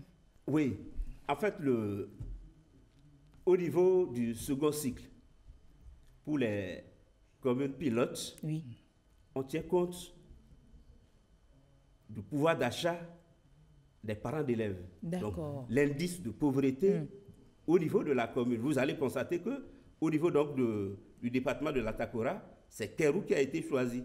Au niveau donc, du plateau, c'est Kétou qui a été choisi. Au niveau de l'Ouémé, c'est les Agégués. Et au niveau donc, de l'Atlantique, c'est Soava. Ben, quand vous allez dans le département donc, de Koufou, il y a Diakotomé, Poulekamé, Lalo, Toviclin. Donc en fait, le choix, pour le choix, on tient beaucoup plus compte du pouvoir d'achat des parents d'élèves pour lever donc cette barrière financière et permettre aux élèves, filles, d'aller à l'école massivement. D'accord. Permettre aux élèves filles d'aller à l'école massivement, c'est déjà comme un genre d'avantage. Est-ce qu'il y a des défis, est-ce qu'il y a des obstacles à la manifestation, à la mise en œuvre de cette gratuité de la scolarité? Oui. En termes donc de défis, je vais peut-être parler donc du financement durable parce que là, il faut que l'État mobilise régulièrement des ressources financières chaque année. Et ce n'est pas une petite somme. Quand vous prenez par exemple l'année scolaire 2023-2024, c'est une exonération donc, de scolarité de 253 113 élèves. Et cela a coûté 3 milliards 437 millions 255 000 de francs CFA. Et pour le compte donc, de l'année scolaire 2024-2025, l'État a exonéré 292 634 élèves pour un montant donc de 3 milliards 821 millions 624 000. Et pour le compte de cette année scolaire, une tranche a été déjà avancée aux différents établissements pour leur permettre de mieux fonctionner et de prendre en charge donc, les petits problèmes donc, de l'établissement. Et ça fait près d'1 milliard. Ça a été déjà positionné au niveau donc, des départements. L'ordre de paiement a été émis. Il ne reste que donc, des formalités donc, d'usage pour permettre aux enseignants, donc, aux équipes administratives d'aller prendre ce qu'on leur doit comme première tranche. Mais dans tout ça, quelle est la part de la population également pour que réellement, pour accompagner, parce que là, dans tout ce que vous citez, c'est l'État qui subventionne. Mais qu'est-ce que la communauté fait pour réellement garder cette mesure, pour réellement faire prospérer cette mesure dans cette localité? Oui, en fait, quand vous allez au niveau de nos établissements aujourd'hui, la politique, en tout cas la gouvernance des établissements a changé. Donc, on fait en sorte que les acteurs, d'abord les acteurs institutionnels de l'école, les partenaires proches de l'école, tous pour une participation, pour une gestion participative donc, de l'établissement. Et au niveau de nos établissements aujourd'hui, il y a ce que nous appelons l'équipe vie scolaire. Cette équipe est une équipe qui travaille avec la communauté pour une compréhension commune des objectifs et des initiatives éducatives. Donc, ça veut dire que c'est une équipe qui fait la mobilisation communautaire, amener donc tout acteur où l'école est implantée dans un quartier ou bien dans un village pour qu'ils comprennent que l'école c'est leur chose et là, ils vont s'impliquer de façon volontaire, de façon permanente, significative, pour aider l'équipe administrative à gérer donc les problèmes de l'école. Et quand ça se passe comme ça, par rapport à la gratuité, en fonction donc de tous les problèmes qui ont été identifiés, je suppose une disparité donc de la scolarisation genre, dans ce cas, la sensibilisation est faite aussi en direction donc de la communauté pour que ce ne soit pas seulement l'équipe administrative qui s'en occupe. Et en dehors donc de la communauté, il y a les parents. Les parents. Au niveau donc de nos établissements aujourd'hui, quand vous prenez donc les instances, les instances donc de gestion de l'établissement, vous avez aussi ces parents siègent au niveau donc de ces instances. Oui, c'est l'association des parents d'élèves. Oui, bon, des membres de l'association des parents d'élèves, qui siègent au niveau donc de ces instances. Ça leur permet donc depuis l'école de prendre connaissance des différents problèmes et de participer aussi donc de l'autre côté à gérer donc les problèmes de l'école. Alors, Monsieur Dramane, aujourd'hui, est-ce qu'on a des chiffres depuis que ces différentes mesures-là ont été implémentées? Est-ce qu'on a des chiffres aujourd'hui en termes de filles à l'école et surtout, on va dire, celles qui sont vraiment restées dans le couloir de l'école en termes de pourcentage, combien arrivent et combien reste aujourd'hui jusqu'à la fin? Ça fait plus de 2 décennies maintenant qu'on est en train d'expérimenter cette mesure. Je pense qu'on peut quand même déjà commencer par tirer les premières conclusions. Tout à fait, monsieur le journaliste. Oui, et en cela, j'aime toujours avancer un indicateur pertinent, l'indice de parité filles-garçons. Et pour le compte donc de 2022, l'indice de parité c'est 0,86. C'est-à-dire quand on divise l'effectif total des filles de la 6e en 3e par exemple, par l'effectif total des garçons, ça fait 0,86. Quand vous allez en vous prenez l'année 2023, quand le point est fait, ça fait 0,89. L'année 2024, ça fait 0,90. Vous voyez donc les petits bonds qui se font pour dire qu'en réalité, c'est vrai que l'exonération des frais de scolarité, ce n'est pas la seule mesure. Donc, il y a d'autres mesures associées à cette mesure et qui permettent de faire donc le petit bonhomme de chemin. Le projet Soued en l'occurrence, voilà. Qui permet de distribuer, on va dire, donner des kits aux apprenants filles. Il y a même le repas gratuit qu'on offre déjà aussi aux enfants. Tout à fait. Donc, à côté de tout ça, il n'y a que dans le positionnement donc, des enseignants, on fait en sorte qu'au niveau donc, de ces départements un peu lésés, qu'on sédentarise un peu donc, les enseignants pour leur permettre donc, en tout cas pour permettre donc aux élèves de ces départements d'avoir pratiquement les mêmes chances qu'avec donc les zones urbaines. Est-ce qu'à l'avenir vous espérez la gratuité autant pour les filles que pour les garçons? Justement, avant d'en arriver là, je voudrais qu'on suive cet élément. Ah oui, un deuxième élément témoin. C'est bien de ne rien payer la scolarité. Je pense que cette décision est bonne et ça permet à beaucoup de filles d'être à l'école en ce moment. Je remercie bien le président de la République pour ne pas payer la scolarité des filles. Et infiniment merci au président parce que ça a permis à beaucoup de filles d'être à l'école en ce moment. Je veux que la gratuité générale doit être en 6e jusqu'en terminale. Je désire que la gratuité soit générale de la 6e jusqu'en terminale. La gratuité pour les filles est bonne. Je veux aussi pour les garçons avoir cette gratuité aussi. Je pense que la gratuité de la scolarité des filles est une bonne chose. Merci au président Patrice Athanase Guillaume Talon. Je souhaiterais que cette gratuité soit accordée à nous les garçons aussi. Voilà, je souhaiterais que cette gratuité soit accordée à nous les garçons aussi. Et voilà, monsieur Slassifi Dramane, la généralisation de cette gratuité, est-ce qu'on peut en arriver là? si on doit faire le point, est-ce que le mécanisme permet d'en arriver à une généralisation? Oui. En fait, le gouvernement aujourd'hui est dans une logique, quand vous prenez donc l'éducation de base, donc du CI jusqu'en 3e tout au moins, s'il faut tout faire pour donner donc le minimum commun aux deux sexes, ça veut dire qu'à la longue, on doit aller vers la gratuité pour donc les deux sexes. En fait, pourquoi une gratuité d'abord pour le sexe féminin?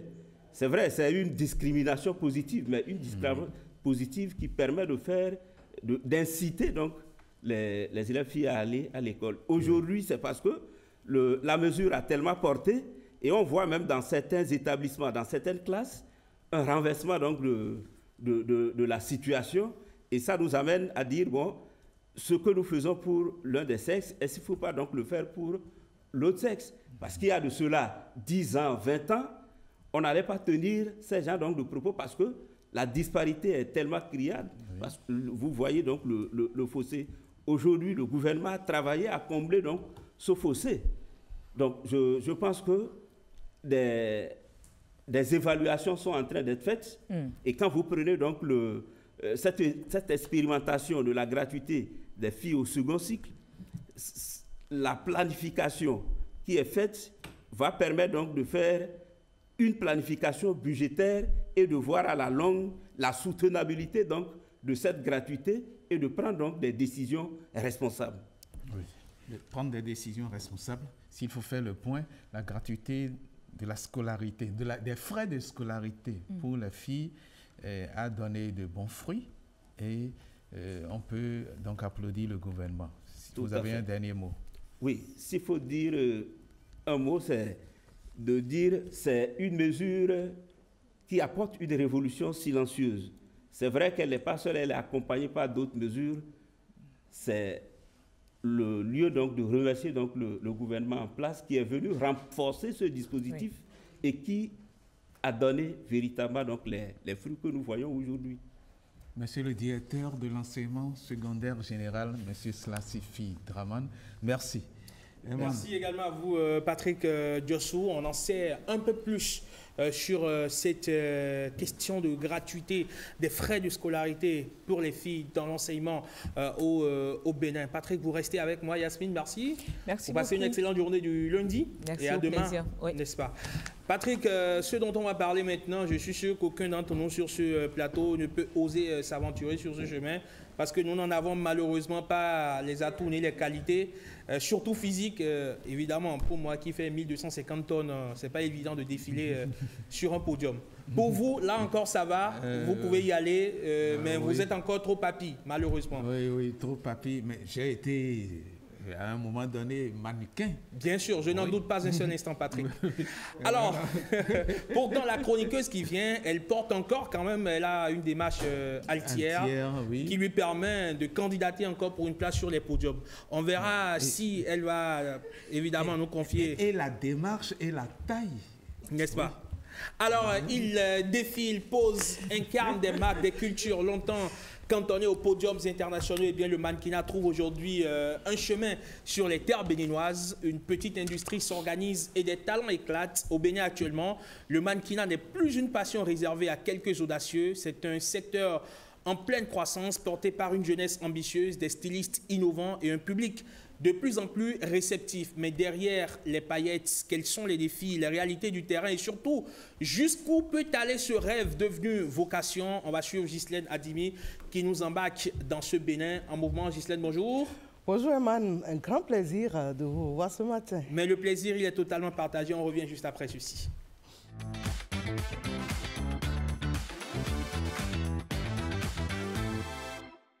Ghislaine Adimi, on sait rien qu'à votre allure, à votre silhouette, que vous avez, dans une autre vie, été mannequin. Enfin, je présume. Ben, vous ne m'avez pas menti.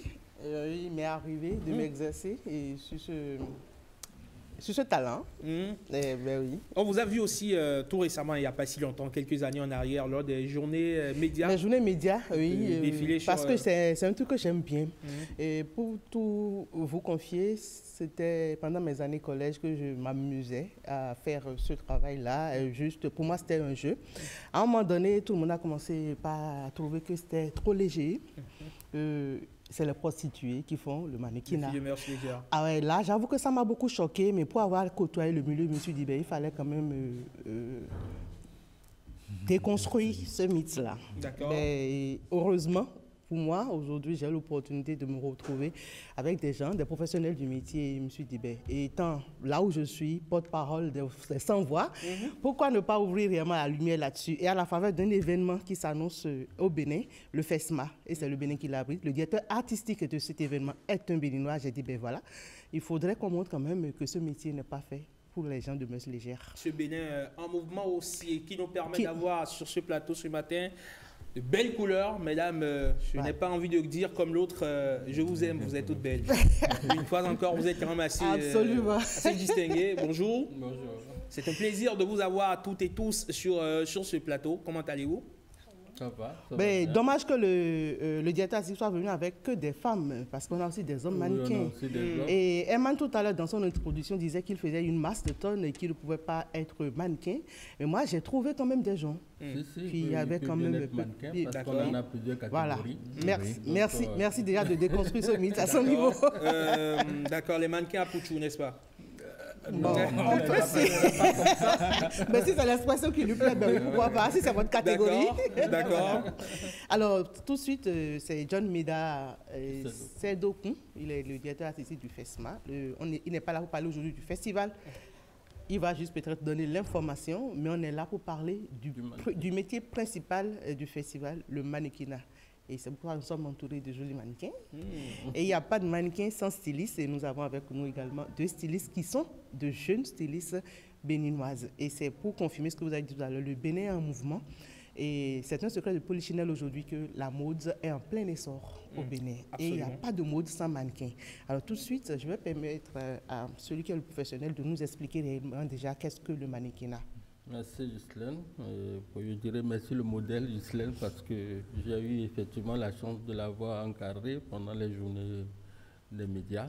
Alors le mannequinat, c'est un métier qui permet à une personne de s'exposer et de poser pour l'industrie de la mode. On appelle l'industrie de la mode tout ce qui est vêtements, accessoires, bijoux. Et aujourd'hui, la mode s'est également élargie. Du coup, tout ce qui est publicitaire, par exemple, ce sont des secteurs dans lesquels exerce le mannequin. Donc, dans ce sillage, nous avons 3 types de mannequins. Le premier type, c'est les mannequins podium. C'est la forme la plus standard. Donc, pour être mannequin podium, il faut remplir les critères standards, c'est-à-dire de taille, de corpulence et tout ça. Donc là, faut pas dire ça pour répondre à ce thème. Alors la taille, d'après l'Association des agences internationales de mode, il faut avoir 1,75 m en tant que femme pour être mannequin et 1,85 m en tant qu'homme pour être mannequin. Qui me disqualifie. Donc je pense que le compte il est bon. Alors, non, mais est-ce que tout ça n'a pas été décousu aujourd'hui? Ça, c'est les mannequins podium. D'accord. Maintenant, vous avez les mannequins commerciaux. D'accord. Ces mannequins commerciaux peuvent ne pas remplir les critères standards de taille, de corpulence et tout ça. Il faut juste avoir quelque chose qui intéresse le publicitaire, qui intéresse le styliste ou qui intéresse le magazine de mode. Ça peut être la couleur des yeux, la forme du ventre, les moustaches. Voilà, donc il y a quelque chose. La forme du nez. Du nez et tout ça. Donc, comme le beau sourire d'un man. Voilà. Donc, mais essayons de trouver les critères pour qu'un man soit mannequin. Si, il est mannequin, il est mannequin commercial, il est mannequin commercial plutôt, pour ne pas dire mannequin photo. Donc pour les shootings photos, pour les poses chez des stylistes ou chez des accessoiristes, ce sont des modèles qu'on peut utiliser. Et lui qu'on a traité de papy, il peut être quel type de mannequin? Il peut être mannequin, mannequin commercial et comme il peut être mannequin artistique.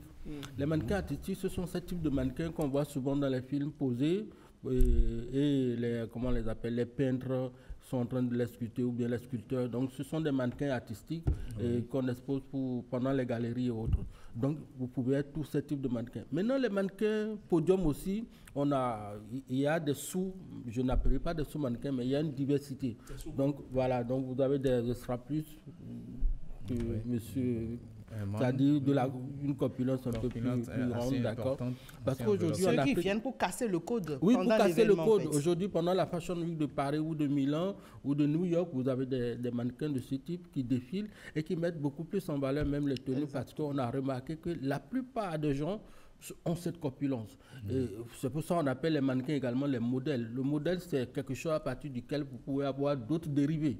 Oui. Donc, ce n'est que des modèles, mais à partir de ces modèles, vous avez des gens plus minces, plus grosses, etc. Donc, pas de complexe, tout le monde peut être mannequin. D'ailleurs, on a d'autres types de mannequins. Vous avez des mannequins professionnels, des mannequins semi-professionnels et des mannequins amateurs. Donc, un individu peut décider de prendre des cours de mannequinat. Et d'ailleurs, nous, on a eu ce type de mannequins, c'est-à-dire des personnalités qui, pour pouvoir bien se tenir devant la caméra, pour pouvoir bien marcher devant le foule, sont venus prendre des cours de mannequin. Et ce sont ceux-là, d'ailleurs, qui payent beaucoup plus bien. Donc, vous voyez, tout le monde a besoin d'être mannequin. Alors, vous avez dit qu'il paye beaucoup plus bien. Et ça m'amène à lancer ma question qui suit, puisque vous avez même répondu à plusieurs autres questions. Je vous disais tantôt que moi, j'ai eu à faire l'exercice quand j'étais plus jeune. Et c'était aussi pour arrondir un peu les angles. Mais on nous payait à peine quoi, les 5 000, les 10 000. Et c'est vrai que ça ne nourrissait pas son homme. Ce qui a fait que moi, maman, à un moment donné, a dit non, ça, tu vas arrêter ça parce que ça ne te donne pas réellement ce qu'il faut pour payer ne serait-ce que ta scolarité. Alors aujourd'hui, est-ce que le mannequinat peut nourrir son homme? Alors, en tant que directeur de mannequin et d'agent de mannequinat, en tant que directeur artistique et en tant que promoteur de mode, je vous réponds tout de suite oui. Et je dirais même au Bénin, nous avons une très grande chance parce que depuis 2016, les données ont changé au niveau du Bénin. Nous sommes d'ailleurs le seul pays africain à avoir donné tout un mois, à avoir consacré tout un mois à la mode. Donc du 1er juillet jusqu'au 31 juillet, l'État béninois a déclaré le mois de la mode béninoise. J'ai eu ce privilège d'en être d'ailleurs le directeur artistique pendant 5 éditions. D'accord. Et il y a eu des quotas qui ont été fixés en tant que pour être mannequin. Je ne vais pas les dévoiler, mais c'est de salaire vraiment de haut cadre qu'un mannequin perçoit pendant un seul défilé. Donc imaginez si on avait des événements comme le mois de la mode 3 fois dans l'année, vous imaginez ce qui peut être. Est-ce qu'on a aujourd'hui ces marques au Bénin qui permettent de payer les sommes astronomiques qu'on peut voir ailleurs sur d'autres événements dans le monde? Alors, quand un styliste vit bien, quand un promoteur vit bien, c'est un mannequin qui vit bien. Aujourd'hui, nous voyons beaucoup de stylistes vivre bien. C'est-à-dire qu'ils gagnent bien leur vie, ils sortent des collections quasiment tous les 3 mois. Et nous avions de grandes marques de textiles aussi qui se sont installées. Ce qui fait qu'aujourd'hui, les mannequins, je peux dire, vivent bien à travers les publicités parce que le mannequinat, c'est 3 rôles. Défiler, faire de la publicité et poser pour des magazines de mode. Donc, lorsque tout le monde se met dans cette dynamique, lorsque un mannequin fait une campagne publicitaire, vous imaginez un peu les cachets, d'accord? Oui. On parle en termes de millions. Oui. Lorsqu'il fait un défilé haute couture, parce qu'on a plusieurs types de défilés, vous avez des défilés haute couture, des fashion week et des défilés cabine. Donc, dans toutes ces attitudes, aujourd'hui, je rappelle que les mannequins sont les tout premiers influenceurs. Ce métier aujourd'hui qui se trouve, c'est les mannequins. Quand vous voyez un mannequin s'habiller, vous avez envie de faire comme lui. Quand vous le voyez passer pendant les Fashion Week, vous avez envie d'être comme lui. Donc ce métier d'influenceur, qui est d'ailleurs leur métier, aujourd'hui a pris de l'ampleur. Beaucoup les utilisent pour faire les capsules, pour faire des shootings photos. Donc je peux dire honnêtement que le mannequinat nourrit son homme, mais nourrira mieux son homme si on devenait plus professionnel. Vous êtes avec des stylistes et des mannequins, et on va bien entendre leur voix tout à l'heure. Mais avant ça, je voudrais qu'on aille à la régie voir ce petit élément. On ne peut pas parler de défilé sans voir des gens défiler, bien sûr. Tout à fait.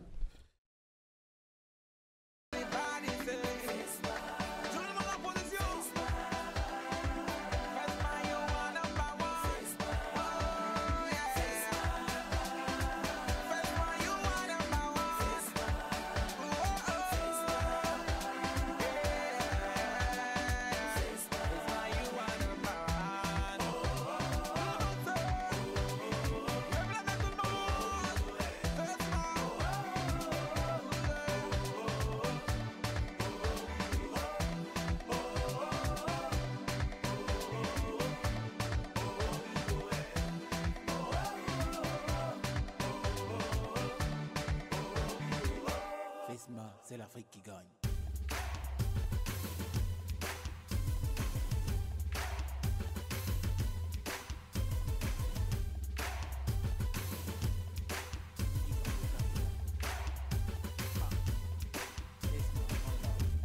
FESMA One Love. Mr. Charlie on the floor. Don't worry, I'm killer. Tout a commencé en 2007 quand un homme brave a décidé que l'injustice à la mode béninoise et africaine. Oh, festival de la mode et du mannequin africain.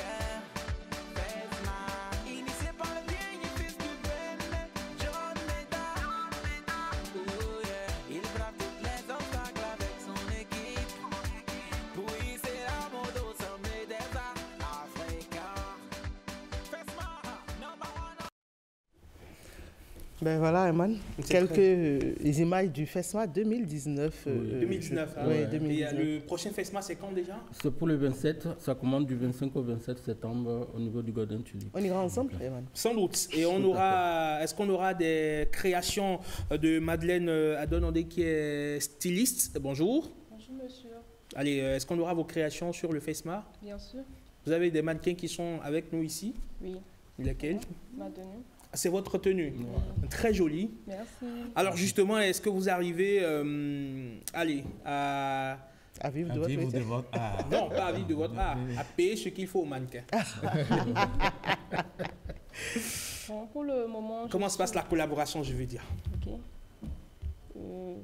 Je suis dans mes débuts, j'ai commencé il n'y a pas longtemps, mais je peux dire que ça va. J'arrive à faire un peu, et je pense que ça ira encore plus. D'accord. Est-ce que vous avez déjà fait défiler des mannequins sur plusieurs événements? Oui, bien sûr. Comment ça se passe? Est-ce que vous pouvez nous raconter un peu? Oui. Le mois dernier, j'ai passé 3 tenues de couleur indigo, du pagne couleur indigo, sur le SNAB, le Salon national des artisans du Bénin. Et je serai également sur le FESMA le 27. D'accord. Alors, il y a derrière vous également Senami Faton, qui elle aussi, elle est styliste. On va, Patrick, un peu réajuster le micro, non juste le micro pour qu'on puisse l'écouter. Bonjour. Bonjour, monsieur. Comment allez-vous? Vous ne trouvez pas qu'on se ressemble un peu, elle et moi? Bien sûr. On a des comptes à demander à votre maman et à son papa. Allez, ça se passe très bien. Très bien, oui. Vous êtes créatrice de mode aussi. C'est ça. Donc, vous êtes amenée à collaborer avec des mannequins. Aujourd'hui, est-ce que c'est facile de mettre la main sur un mannequin local, un mannequin béninois pour aller défiler sur un podium, sur un événement? Oui, c'est assez pratique. Je crois. Ça dépend. Je ne maîtrise pas trop les rouages du mannequinat, mais moi, je suis plus... À la création? Voilà. Et quand vous finissez votre création, qui vous met les mannequins à disposition? Vous exprimez le besoin, c'est ça? Vous dites, j'ai besoin de 5-6 mannequins et puis on vous met à disposition? Oui, j'ai quelques contacts et aussi, je peux me rapprocher de JMA. D'accord. Et on casse beaucoup la tirelire pour s'offrir le service? Ou ça va, pour le moment, on essaie de gérer encore? Bon, pour le moment, je suis encore à mes débuts et actuellement, JMA m'accompagne pour me faire croître. Voilà. D'accord. JMA, c'est bien sûr notre ami John Meda, bien sûr, qui est la référence absolue, manifestement, puisque tout le monde cite JMA. Le FESMA, on aura l'occasion de voir ça. Qui est à sa 17e édition, qui est né depuis 2007. Et JMA en question, depuis 2001, on est sur la place et nous sommes quasiment la plus vieille agence encore en Afrique en train d'exercer. De toute façon, il y a Patrick Josso qui va le recevoir ici vendredi pour parler plus amplement de ce festival parce que je tiens à ce que nous soyons invités et nous-mêmes sur le plateau pour défiler, bien sûr. Ça s'est déjà fait, hein, en 2015. Et comme il y a les stylistes ici, j'espère que vous êtes venus avec vos centimètres, vos instruments pour prendre toutes nos mesures. Oui, et on va défiler sur le plateau. Toutes les mensurations. Mais écoutez, ça fait plaisir. Oui, juste une dernière question à John Meda. Alors, au Bénin aujourd'hui, est-ce que nous avons des... On a posé la question à la styliste tout à l'heure, mais elle dit qu'elle ne s'y connaît pas trop. Avons-nous des mannequins professionnels qui remplissent vraiment les conditions qu'il faut aujourd'hui pour être sur la scène internationale? Si, nous en avons, je dirais même assez. Aujourd'hui, vous avez des mannequins béninois qui défilent pour la Milan Fashion Week, pour New York Fashion Week, pour Paris Fashion Week. Vous avez des mannequins qui sont égéries de grandes marques comme Louis Vuitton. Pas cité de voilà, marque ici, bon, donc c'est pour dire, allez. on a des mannequins vraiment de référence et le Bénin, je dirais, est vraiment une terre de mannequinat parce que l'un des premiers mannequins en Afrique fut Gisèle Gomez. Je ne sais pas si vous la connaissez. Gisèle Gomez, oui. Voilà. Donc depuis les années 80, le Bénin a eu des mannequins professionnels à travers des figures comme ça. Aujourd'hui, vous avez des gens comme Seth qui vivent au niveau de New York, qui défilent pour de grandes marques aussi. Donc honnêtement, je crois qu'il y a un autre mannequin, Mathieu, qui fait également beaucoup de Fashion Week au niveau de Paris.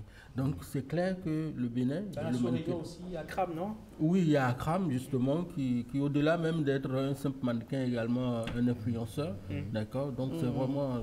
Qui s'est fait notamment découvrir à travers Secret Story. Secret Story, ok, d'accord. Mais bien avant ça, il a fait déjà beaucoup d'événements dans la sous-région. Moi-même, j'ai eu l'occasion de le mettre sur des podiums. Donc, c'est vraiment un honneur pour nous d'avoir des mannequins. Alors, une carrière de mannequin, c'est de quel âge à quel âge? C'est pour voir si j'ai encore des chances de retourner dans le métier. Mannequin pour la vie, c'est un métier de vie. D'accord. Mais généralement, ça tourne autour de 15 ans, 20 ans de carrière.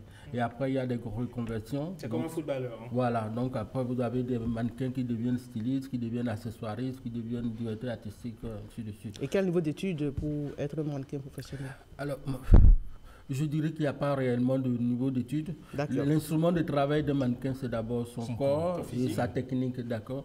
Mais le milieu exige aujourd'hui un certain niveau parce que lorsque tu veux aller à Paris pour un défilé, que tu ne sais pas dire au moins le bonjour ou comment se llama et tout ça, répondre à ça, c'est compliqué. Donc il faut avoir vraiment un niveau d'études. Pourquoi les mannequins ne sourient pas?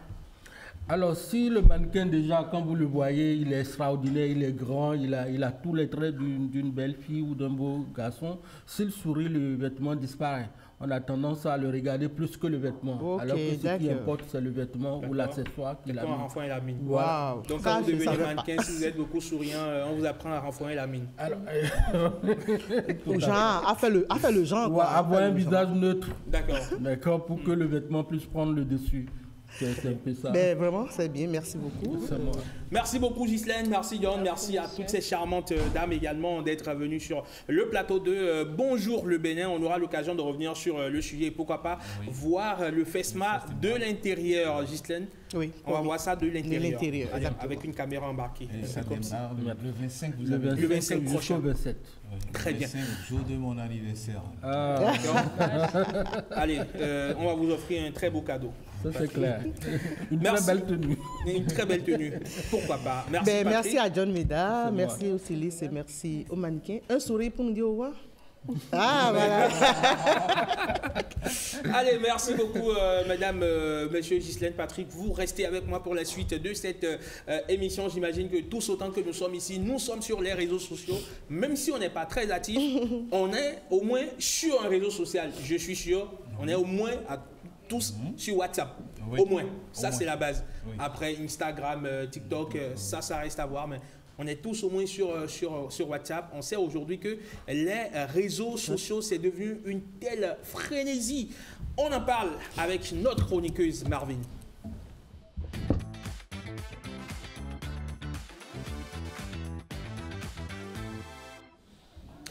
Savez-vous, madame, monsieur, que le nombre d'utilisateurs de réseaux sociaux a atteint 5,17 milliards, soit à peu près 63% de la population? Et on dit que cela fait beaucoup de bruit, voire même de blabla, car les réseaux sociaux, tout le monde hier, certains y sont accros. Il y a même une forme de frénésie qui s'est installée. Pourquoi les réseaux sociaux attirent autant? On vous explique tout avec... bien sûr, notre chroniqueuse Marvin Promise Aïnadou, bonjour et bienvenue. Promise. Ah, c'est en anglais? Yes. Promise. Oui, monsieur. Donc, pendant qu'on y est, on va angliciser aussi Aïnadou. Et ça donne quoi? Elle va nous le dire. Je n'ose pas m'aventurer. Donc, Marvin Promise Aïdadou, merci d'être avec nous ce matin une fois encore. Merci à vous. Mais c'est un bonheur. Ghislaine, vous êtes sur beaucoup de réseaux sociaux. Facebook, par moment. À l'ancienne.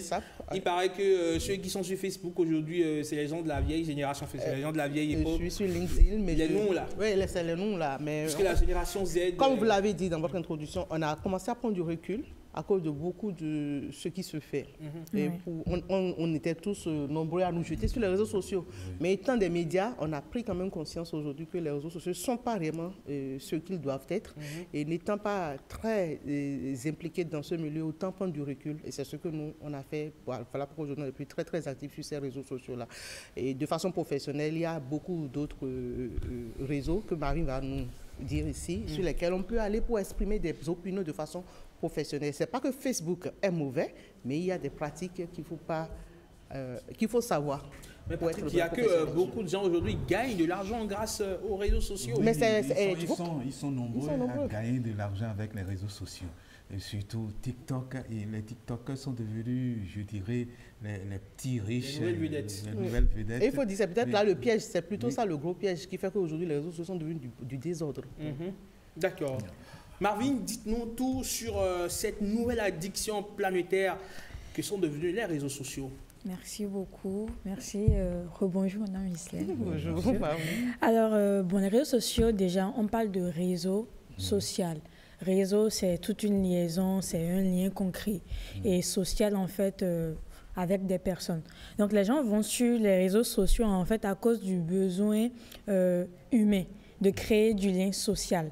Ils veulent interagir avec des gens, ils veulent créer des communautés, ils veulent discuter avec d'autres personnes. Il y a la quête également de la reconnaissance ou de la valorisation. Quand on est en background, quand on travaille, on va au travail chaque matin, on peut se dire, bon, mais qui viendra me dire ce que tu fais, c'est bon, ce que tu fais, c'est pas bon. Donc, ils se sont mis sur les réseaux sociaux pour pouvoir avoir la valorisation des personnes. D'où on poste chaque jour ce qu'on fait pour espérer avoir des likes, des partages et des commentaires qui nous donnent un peu de la dopamine et qui nous amènent à peu près à dire oui, donc je suis apprécié, je suis apprécié.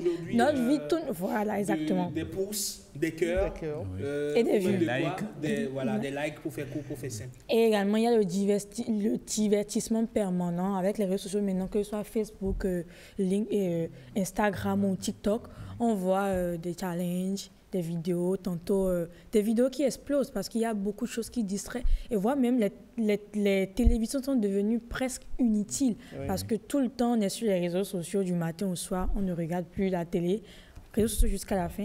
Et il y a également la peur de manquer qui est fear of missing out. Fear of missing out, les gens en fait consultent les réseaux sociaux pour ne pas rater les informations. Ils se disent que dès l'instant où ils sont inactifs pendant 2 heures, il peut se passer quelque chose. En fait, on peut annoncer que demain, c'est la fin du monde. Donc, ils sont connectés à chaque instant. Et il y a également l'effet de la communauté, l'appartenance à une cause. On se dit, bon, j'appartiens à tel forum, je suis abonné de telle personne et tout ça. Et là, maintenant, Facebook a accumulé près de 3 milliards d'utilisateurs actifs. Chaque mois, il y a près de 3 milliards d'utilisateurs actifs. TikTok, il y a plus de 1,5 milliard et Instagram, plus de 2 milliards. Les réseaux sociaux en soi, ce n'est pas mauvais. Je pense qu'il y a un thème dans la semaine où on va y revenir. Bien utiliser les réseaux sociaux, c'est important. Et quand vous dites qu'actuellement, la cible des réseaux sociaux, notamment Facebook, ce n'est pas les parents, je vais plutôt dire que les parents, leur cible, ils ont toujours été sur les réseaux sociaux, mais leur objectif est différent en fait de celle des jeunes. Les parents, ils sont pour retrouver des amis lointains et avec qui ils ont fréquenté. Ils sont plus à la recherche en fait de quelqu'un qu'ils ont perdu de vue. Mais la jeunesse est plus sur les réseaux sociaux pour en fait créer de nouveaux liens avec des personnes qui n'ont jamais côtoyé, débuter une relation peut-être ou vendre des produits. Donc, il y a quand même des réseaux sociaux qui sont quand même recommandés. Tout réseau social, tout réseau est recommandé. Il y a LinkedIn, qui est un réseau social adapté aux professionnels où quand même là-bas, on sait que la maturité des utilisateurs n'est pas à débattre. LinkedIn, la crédibilité est hausse. Tu sais que tu ne peux pas partager du n'importe quoi. Professionnel. Oui. c'est professionnel, tu sais que tu n'as pas à partager du n'importe quoi là-bas. Mais les réseaux sociaux comme TikTok, Facebook, c'est un peu difficile de discerner le professionnel du personnel. On est un peu embrouillé. Mais quand même, LinkedIn reste là. LinkedIn, il y a également Quora. Il y a également Quora, il y a également Twitter. Et voilà, qui est X maintenant. Que quand même, en fait, juste, ça te contraint, à cause des utilisateurs et de la manière de communiquer, ça te contraint à rester dans une optique donnée. Et toi-même, tu te dis, si je vais là-bas, je parle de telle chose, bien évidemment que je n'aurai pas en fait gain de cause. D'accord. Alors aujourd'hui, Patrick Diossou, cette frénésie des réseaux sociaux, on va dire cette addiction qui s'est installée, a forcément aussi ses revers. On a des gens qui partagent presque toute leur vie aujourd'hui sur les réseaux sociaux, et pour peu qu'ils ne commencent pas à baisser, on va dire en termes de visibilité, ça crée la dépression. On a même vu des gens se suicider juste parce qu'une publication n'a pas reçu l'assentiment de leur communauté. Oui, et c'est tellement insidieux. Je dis insidieux parce qu'il y a des gens qui se disent que lorsqu'ils ne font pas paraître ce qu'ils vivent au jour le jour, ils ne sont pas à la page. Donc, c'est tellement ancré dans leur tête que sans paraître, sans faire de publication, ils sont morts. C'est exactement ce que je disais. Dans leur corps, dans leur tête. C'est exactement ce que je disais en parlant de l'effet dopamine. Oui. À chaque fois qu'on poste, il y a un like, on se dit que c'est une récompense. Donc, ça crée un cycle addictif. Quand on poste, il n'y a pas de like, on se dit, mais pourquoi il n'y a pas de like? Comment je vais faire pour qu'il y ait de like? Comment je fais pour que les gens commentent? Du coup, les réseaux sociaux, mal utilisés, je vais dire, même plus dangereux que la consommation de la drogue. Alors, Ghislaine, comment est-ce qu'on fait aujourd'hui pour éduquer nos enfants, les juniors aujourd'hui, qui sont vraiment dans cette génération Z-là, qui sont vraiment dans ce fourre-tout, dans ce méli-mélo auquel on n'arrive plus à se défaire, parce que qu'on le veuille ou non, c'est l'ère du numérique, on est en plein dedans. C'est un phénomène social, mais aussi une maladie psychologique, comme on le dit. Vous avez imposé des restrictions à vos enfants? Oui. Il faut déjà, dès maintenant, apprendre à un enfant à avoir de l'amour pour lui-même, à savoir s'apprécier, à savoir apprécier ce qu'il fait, et à apprendre à écouter déjà les commentaires de l'autre avant d'aller chercher les commentaires de quelqu'un qui ne connaît pas. Parce que sur les réseaux sociaux, la plupart, c'est des gens que tu ne connais pas. Donc, tu ne peux pas t'attendre à ce qu'on t'apprécie. Chez vous, les réseaux sociaux, c'est non avant 16 ans, 17 ans? C'est clair net. C'est non avant 16 ans, 17 ans. Même les réseaux sociaux, même bien avant d'adhérer à un réseau social, il fallait avoir une tranche d'âge donnée. Mais on a su contourner la norme et on modifie notre date de naissance pour pouvoir y avoir accès avant 18 ans. Et l'autre chose, c'est que avant de souscrire ou de s'inscrire sur un réseau social, c'est que tu dois donner une adresse mail. Alors moi, pour mes enfants, jusqu'à l'âge de 18 ans, c'est mon mail. Donc, tout ce que tu consultes sur le net, tu as un droit de regard. J'ai un droit de regard. Donc, c'est après 18 ans, elles peuvent se donner la liberté d'avoir. Et l'autre chose, il faut discuter. Moi, j'ai pris la peine de discuter. Parce que ce que vous cachez, les enfants le découvrent dehors. Moi, ça m'est arrivé avec ma fille aînée. Je raconte ça rapidement. En classe de 4e, déjà, on lui a créé un compte Facebook à l'école. Et je l'ai découvert comme ça, sur les réseaux sociaux, rapidement comme ça. Le nom m'a attiré, mais ils ont modifié le nom. Le nom m'a attiré, je vais là-dessus et puis je vois ça. Là, rapidement. Donc, du coup, c'est après de là que j'ai tapé du poing sur la table. Tout en discutant, je dis, je rends grâce à Dieu, il y a eu de l'écoute. Et puis, je n'ai pas systématiquement non plus interdit l'Internet, parce qu'aujourd'hui, les enfants vont sur le net pour faire des recherches. Donc, ils nous contournent. Autant discuter avec les enfants, leur montrer. Et au fur et à mesure, étant des médias, c'est aussi une chance. Je leur montre les revers au fur et à mesure et elles en ont pris conscience. Donc, voilà. Je pense que les parents doivent apprendre à éduquer, à discuter avec eux. Et leur montrer en même temps les revers, parce qu'il y a tellement de revers. Très bien. Merci beaucoup, Ghislaine. Merci, Promise. Marvin, merci pour votre brillante chronique. On vous retrouve demain. Vous restez avec nous pour conclure cette matinale. C'est avec Marcel Ahossi et sa revue de presse.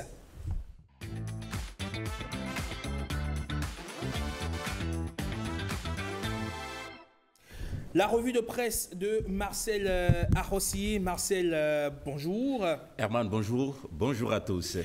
Absence des démocrates au niveau des grands accords de gouvernance, stratégie ou erreur, c'est une interrogation. Dans ces colonnes, Gaskiani Info sonne l'alarme. Au cœur du théâtre politique béninois, l'absence des démocrates sur la scène des accords de gouvernance résonne comme un vide inquiétant, mais très inquiétant au sens du journal. Le journal qui interroge presque à voix haute, est-ce l'art de la patience calculée ou le vertige d'une erreur en marche?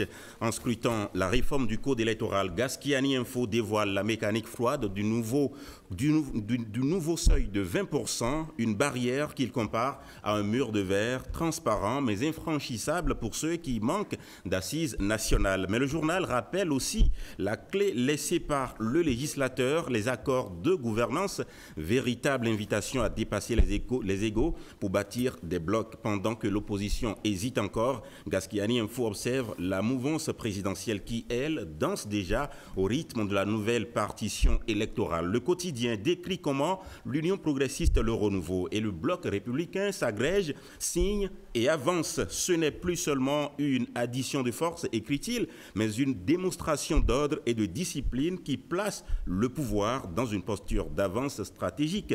Mais le silence des démocrates inquiète. Gaskiani Info met en garde. Si ce mutisme persiste, c'est l'équilibre démocratique qui vacillera, car une Assemblée nationale sans opposition digne de ce nom devient, souligne-t-il, une chambre d'enregistrement. Et une démocratie sans contradiction s'étiole jusqu'à céder à la tentation de la pensée unique. Enfin, Gaskiani Info interpelle, le temps n'est plus au calcul souterrain ni aux querelles feutrées. Il appelle les démocrates à choisir entre deux destins, s'ériger en rempart crédible face au pouvoir ou sombrer dans l'oubli, en témoin passif de l'affaiblissement d'un modèle démocratique jadis envié. Dans ce face-à-face avec l'histoire, conclut-il, le silence n'est plus stratégie. Pour Gaskiani Info, le temps des hésitations est passé, l'heure des décisions courageuses a sonné plus tôt. Allez, Marcel, on finit avec du sport, de la gloire internationale au tournoi populaire. Le foot béninois est en fête. Le champion célèbre une même passion qui se décline sur deux scènes différentes, celle des Amazones U20, héroïnes sur le chemin du mondial, et celle des jeunes de Kandi, acteurs d'un tournoi populaire devenu rituel de fraternité. Le journal raconte d'abord l'exploit des Amazones à Lomé sur la pelouse de Kégué. Les Béninoises ont surclassé la Guinée par 5-1. Le champion décrit la furia de Romain Gandonou, auteur d'un quadruplé qui résonne comme un signal fort. Le football féminin béninois ne se contente plus de participer, il s'impose plutôt. Et ce succès ouvre la voie vers une qualification historique pour le mondial U20 de 2026. Mais le quotidien ne s'arrête pas là. Il traverse les gradins de Kandi où le tournoi des grandes vacances a enflammé la cité. Le champion met en avant le sacre des Émirats FC, mais surtout l'esprit qui anime cette compétition. Un football enraciné dans la communauté porté par la jeunesse, soutenu par des parrains et magnifié par une population en liesse. Et c'est là que le journal fait dialoguer les deux événements, car derrière les Amazones qui rêvent de Pologne et les jeunes Kandi Souno qui vibrent pour leur tournoi, il y a une même histoire, celle d'un Bénin qui croit en son football, qui le vit à la fois comme projet de gloire et comme ciment social. Et en filigrane, le champion nous dit que du stade de Kégué au terrain poussiéreux de Kandi, le ballon rond fédère, élève, console et rassemble. Merci beaucoup à vous, Marcel Ahossi, pour ce condensé de l'actualité tel que vu par les journaux. On se retrouve demain. Avec le même plaisir. Patrick, à demain. Oui, avec le même plaisir. Marvin, n'est-ce pas? Et voilà qui va mettre un terme à la matinale. Bonjour le Bénin de ce lundi 22 septembre 2025. Merci à toutes les équipes rédactionnelles et techniques réunies autour de l'intrépide Amazon de la régie Christelle Sabouran. Retrouvez-nous demain. Demain, quand il sonnera très exactement 7h, 6h en temps universel. D'ici là, portez-vous très bien. Au revoir, bon lundi et bonne semaine de travail à tous et à chacun. Paix et joie dans le monde. Salut.